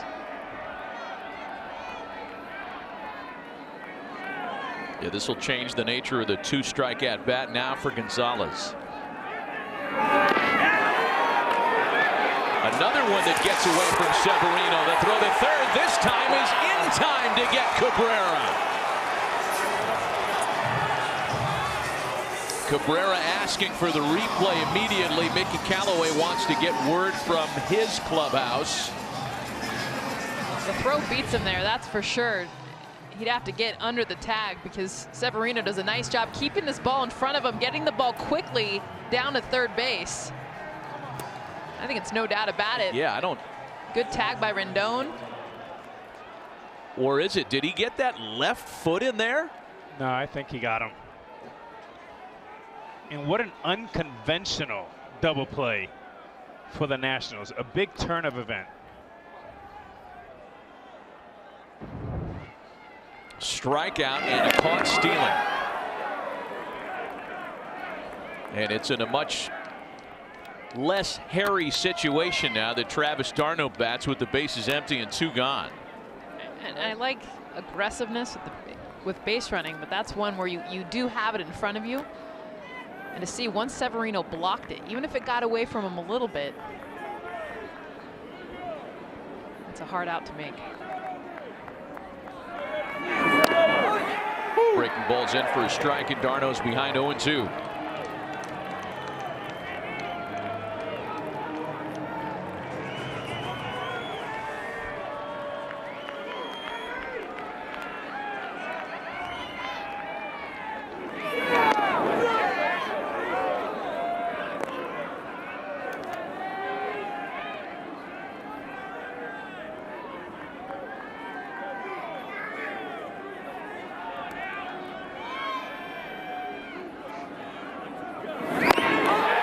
Got him swinging. 2 scoreless innings by Sammy Solis, giving the Nationals yet another opportunity to walk it off and end their 4-game slide. To the bottom of the 11th. 5-5 in D.C.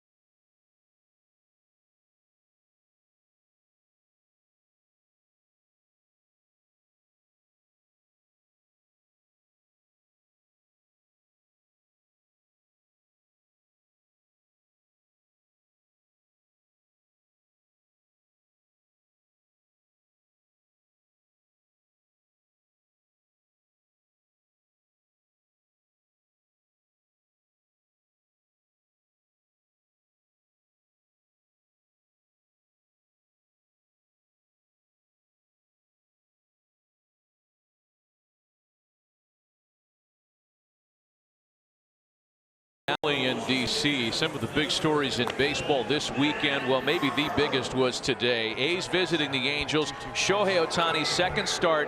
He had a perfect game through 6, ended up with 12 strikeouts. Check this out. He threw 91 pitches and had 24 swinging strikes, the highest total in Major League Baseball this year. He has been a huge story on both sides of the scorecard. Did you see that splitter? I mean, just dirty. 8 of his 12 strikeouts came on that pitch alone. His fastball topped out at 99.4. In that highlight, he had a couple at 100 at the bottom of the zone. Matt Adams will lead things off in the Nationals half of the 11th as Seth Lugo continues for a 3rd inning in relief. And I can't help but think back to the way Ichiro Suzuki debuted in the big leagues after a wretched spring training, one that had Lou Piniella kicking himself and muttering aloud in that inimitable style of his, "Who's this guy that they brought over from Japan?"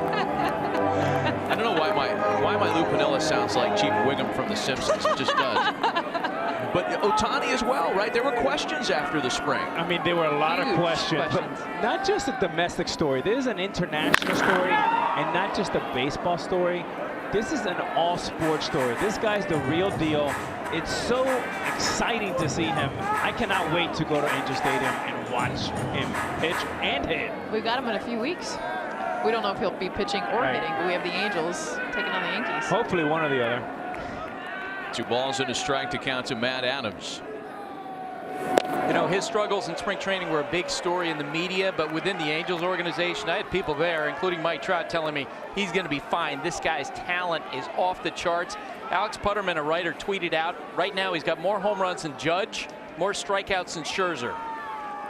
Oh, man. That's what's fun about early in the season, too. Adams with a comebacker for Lugo and 1 away to start the last of the 11th. Wow, you got to get the bigger wrench and the double propane going. Woo.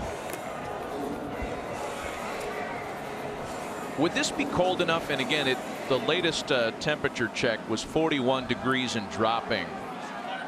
Is this one of those nights that guys are lubing themselves up in Vaseline to close up the pores? Because to me, that's a very extreme way of keeping the cold out. We don't advise that. I don't know anything about Vaseline. I will tell you, the turtleneck just worked perfectly in New York. You never went to the Vaseline over the pores? I've never even heard of that. Really? What does that do? I guess it literally like seals in your skin. Some of the other Mets were telling me Cespedes puts on some kind of baby oil on cold nights like tonight. They're eating ice cream. It's 36 now, by the way.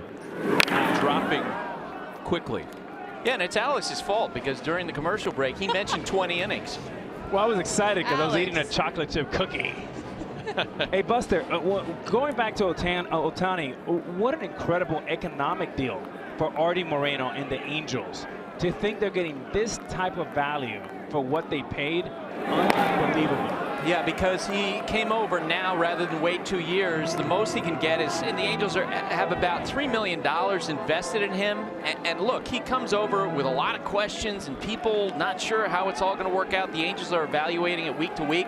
But one major league manager said, man, I would love that problem. Yeah, really. The 2-2 home to Kendrick. Jam shot into foul territory and 2 gone as Gonzalez is there to play the fade. I mean, this can turn out $300 million worth of value for $3 million. Pretty good deal. And on the other side of it, there were those that were really questioning his decision to come out and play this year, where if he had waited, he could have come out and signed a mega $1 million deal and broken the bank. He wanted to get here and play. That's what Trout told me. He is a baseball player. That's the impression that he's made with his new teammates with the Angels. He loves baseball, wants to play. Trey Turner grounds a breaking ball to shortstop, and hey, we're going to go to 12 innings tonight. Still knotted up in D.C.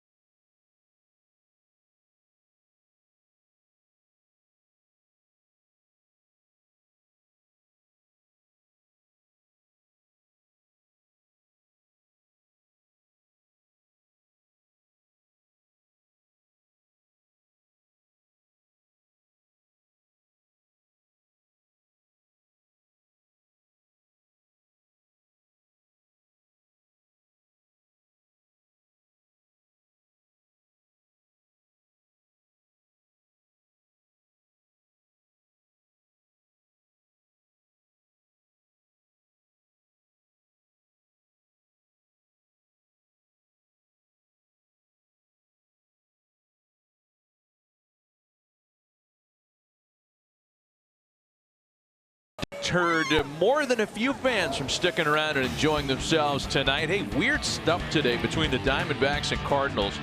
So you got a low strike call there. Tim Timmons rings up A.J. Pollock. It was the third Diamondback hitter to go down on strikes of the first 4 benches and bullpens cleared. And then as Torey Lovullo argued with Timmons, an exchange broke out between he and Yadi Molina. Lovullo was ejected in a very strange looking event in St. Louis this afternoon. And we're going to have a pitching change here as we come back to play in the top half of the 12th. Sammy Solis, great for 2 innings. And the bullpen gate swings open once more. It'll be Brandon Kinsler coming out for the Nats, and we'll be right back.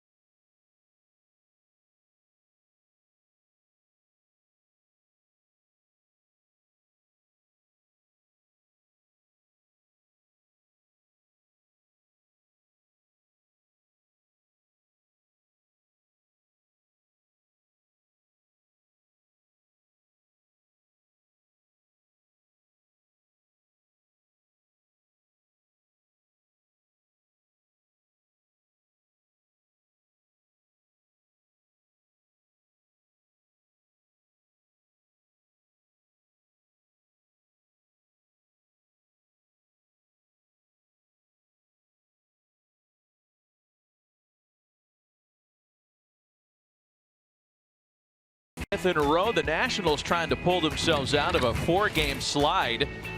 The home run has been one of the big weapons tonight. And on a cold night with all the national monuments in our backdrop, another pitching change for Washington. Kelly, Grace, Madsen, Doolittle, Solis, and now the latest to join the box score is right-hander Brandon Kintzler.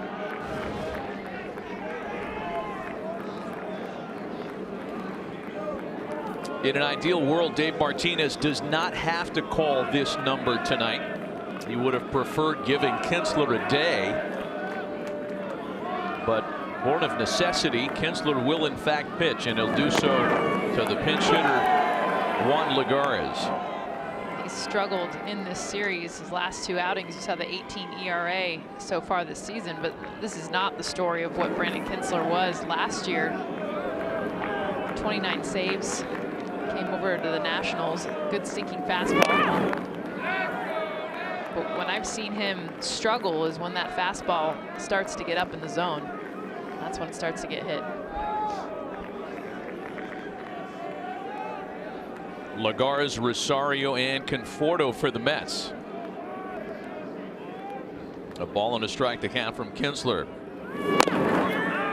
One of the things that we asked Mickey Callaway about before the game today, given the depth of his outfield and all the good problems he has there trying to find 3 from a good group of 5, how he plans on handling that rotation moving forward. Lagares is a terrific defender. Here's the 2-1 pitch to him, and that's lined back up the middle of base hit. And once again, a potential winning run, the go-ahead run that is on base for the Mets.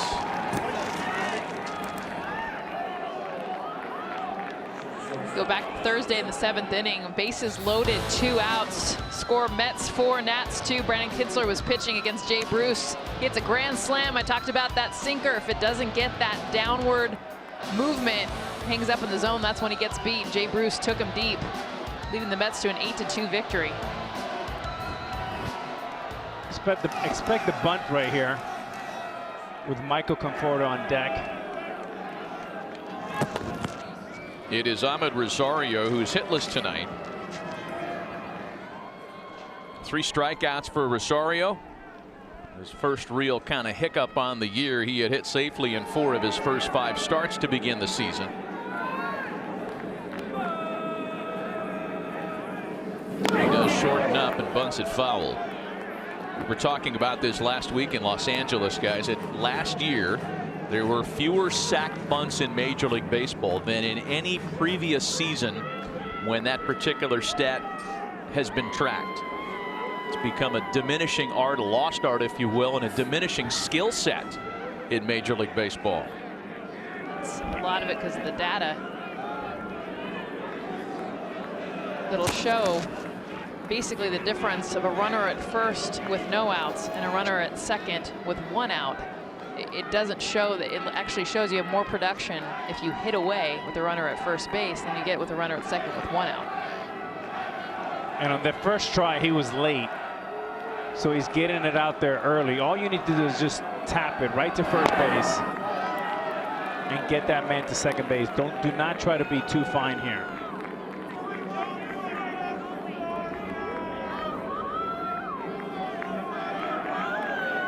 If the count gets to 2-1, expect Mickey Callaway to take the bunt away and put on the hit and run.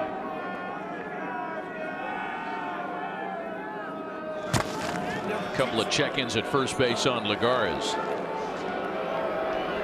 Alex, I get a little nervous. Maybe I'm wrong, and maybe my monitor's not big enough. It almost looks like he's got his fingers wrapped around the bat. That scares me. People bunt that way. Does. Yeah, you're right, Buster. That's how Campy Campaneris used to lay it down. And he does, in fact, get the bunt down. Now, this is unconventional here, but I would not be surprised if they walk Michael Conforto to face Cespedes. Boy, that is dangerous right there. Buster, you're absolutely right, and they should correct that immediately, because if that ball hits one of his fingers, he's done for the season. Conforto is being intentionally walked. And now it's an opportunity for Yoenis Cespedes, who has not enjoyed the night. 0 for 5 with 3 strikeouts, and all that can go away with one well-timed base hit here.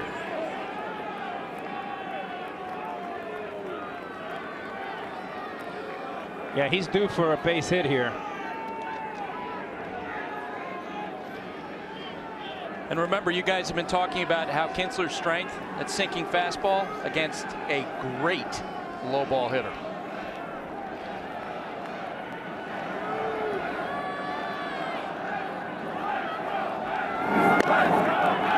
They start him down and in, a ball and no strikes. And you're right, Buster. He's seen a bucket of fastballs up in the zone all night long. He has not looked comfortable, but this is an ideal matchup for Cespedes. Sinkers down, plays right into the strength of Cespedes.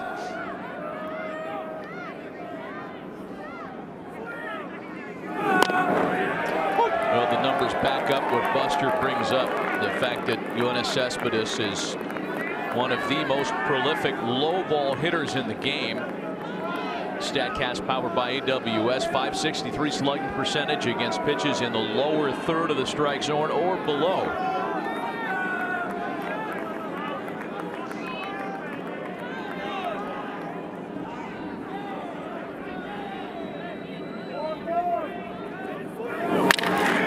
And Cespedes sends a jam shot into center field. It's going to bring around the go-ahead score. Night's worth of frustration, and Yoenis Cespedes comes through here in the 12th. And Buster, great call. Good matchup for Cespedes. Inside fastball, a ball. We call that a -2. And again, the reason what I do not care what analytics says, the bunt is still one of the best plays in baseball. Playoff baseball. Nice job. It's the pepper shaker, right? Everybody's got to have their thing these days. The monster claw, the pepper shaker. Everybody's got to have their RBI knock move. And now it's Jay Bruce. A chance to make it an even bigger inning with still only 1 away. Runners at first and second. For Cespedes right now, an 0 for what was an 0 for 5 night with 3 Ks. Talked to him before the game, just kind of struggling to feel his at bats. That'll make you feel a lot better getting a big RBI right there. 2 balls and no strikes to Jay Bruce. Even when he doesn't do anything, I mean, tonight he had been quiet until that base hit. There is no arguing what Cespedes does to a lineup.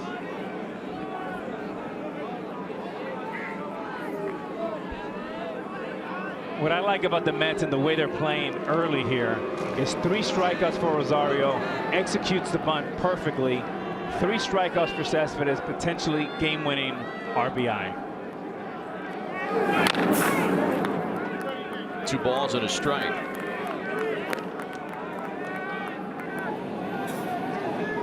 And you can be 0 for 5, but when they walk the man in front of you, Michael Conforto, that is a challenge, mano a mano, and Cespedes wins the battle against Martinez. Bullpen hot behind Seth Lugo. 2 balls and a strike to count to Jay Bruce. As wrapped to second base. Kendrick to Turner for 1. The relay back to Adams and the double play. However, the run does score to break the 5-5 tie, and we're going to the last of the 12th with the Mets on top 6-5.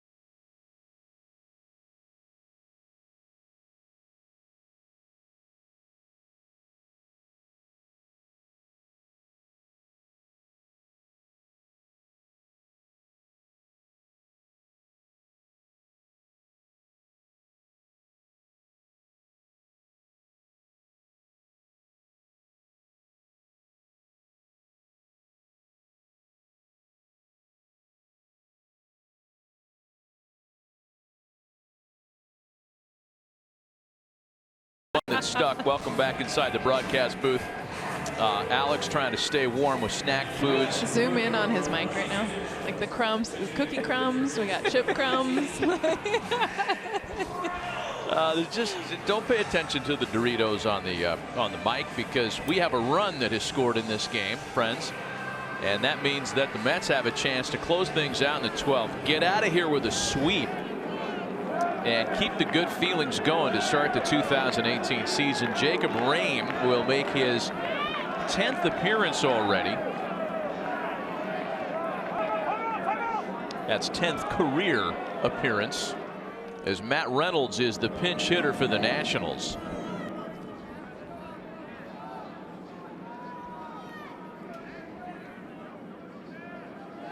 Reynolds, Severino, and Defoe here for Washington, down a run.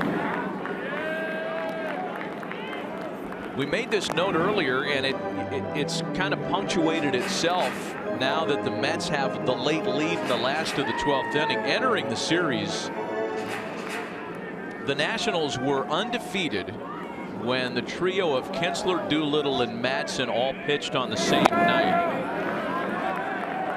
They've all pitched tonight, and the Nats are now in danger of losing all 3 games in this series, and in each of those games, all 3 of those guys appeared.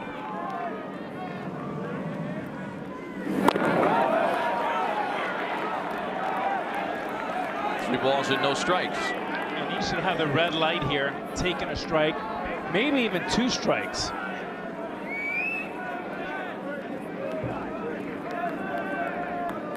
Reyes 3-0 is in for a strike. Jacob Reyes came to the Mets last August after the trade deadline, before the waiver period, in exchange for Curtis Granderson from the Los Angeles Dodgers. Hard throwing right-hander. His 3-1 pitch is fouled away, and he's back to a full count now, 3-2. One of the things that Callaway and Island have raved about him, what they liked with him early, is his ability to throw strikes. Getting a rough start, 3-0, but getting back into this count, 3-2.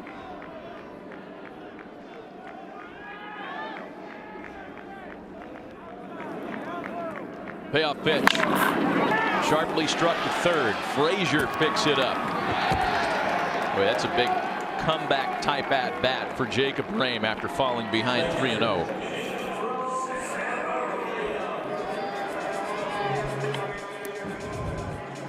Tough play here. Hard ground ball. Again, soft hands, very relaxed, and a terrific clock. And a nice throw across the diamond to Gonzalez. What do you mean by clock? He just has a good time clock. He really understands. He has a good pace of the game. Really understands who's running, and never looks like Robin Ventura, Buster, like he's in a rush.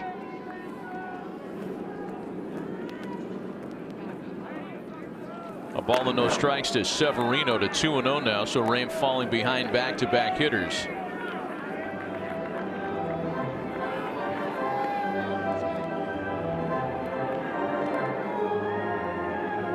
I haven't been keeping track of the mound visits, and I'm not quite sure where in the stadium those are registered. There they are.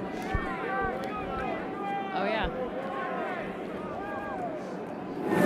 You know, those totals kind of wash away when you're into extra innings, by the way.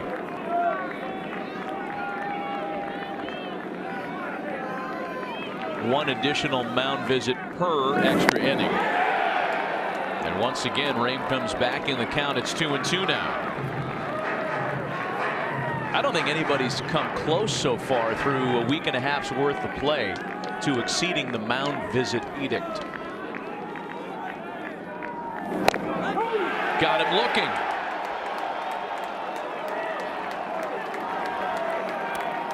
Nice comeback here from 3-0 to 3-2. Ground ball to third, and now a strikeout.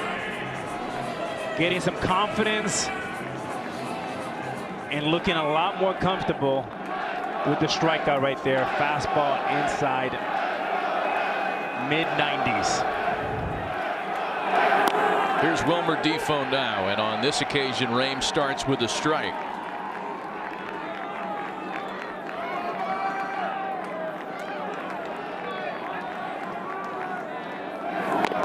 We don't want to overreact to a night or a series. But once again, it's worth reiterating that the Mets had swept a series from the Nationals once here in D.C. in the last decade. They have kind of flipped the script, at least early on in the NL East. The Mets on the verge of their 5th consecutive victory. I mean, you can read those numbers: 41 and 74 against the Nationals since the start of the 2012 season. The worst intra-division record head-to-head for any team versus any opponent. That one's into the corner, in trouble, and it gets over Cespedes into the left field corner. Defoe into second, and the tying runs in scoring position with 2 gone in the 12th.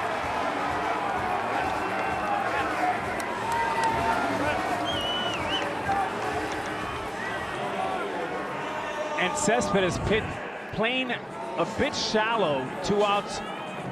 You really want to force the ball to go in front of you, not behind you. And you have a man on second with 2 outs. Now you have a decision if you're Mickey Callaway. You can pitch to Adam Eaton or Rendon. Make your choice. Not an easy one.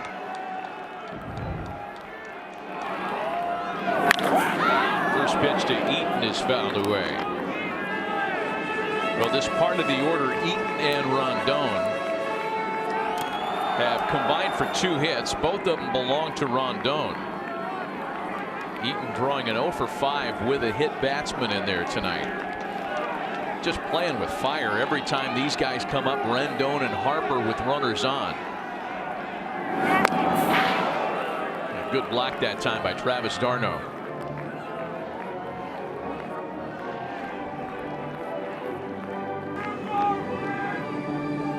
How many times have we said it? Bryce Harper with a chance to either give the Nationals a lead or tie the ball game.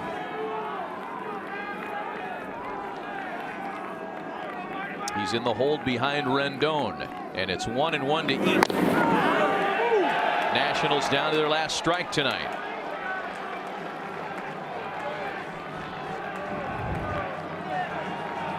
This is a 2-seam fastball that just runs away from the plate, gets the call.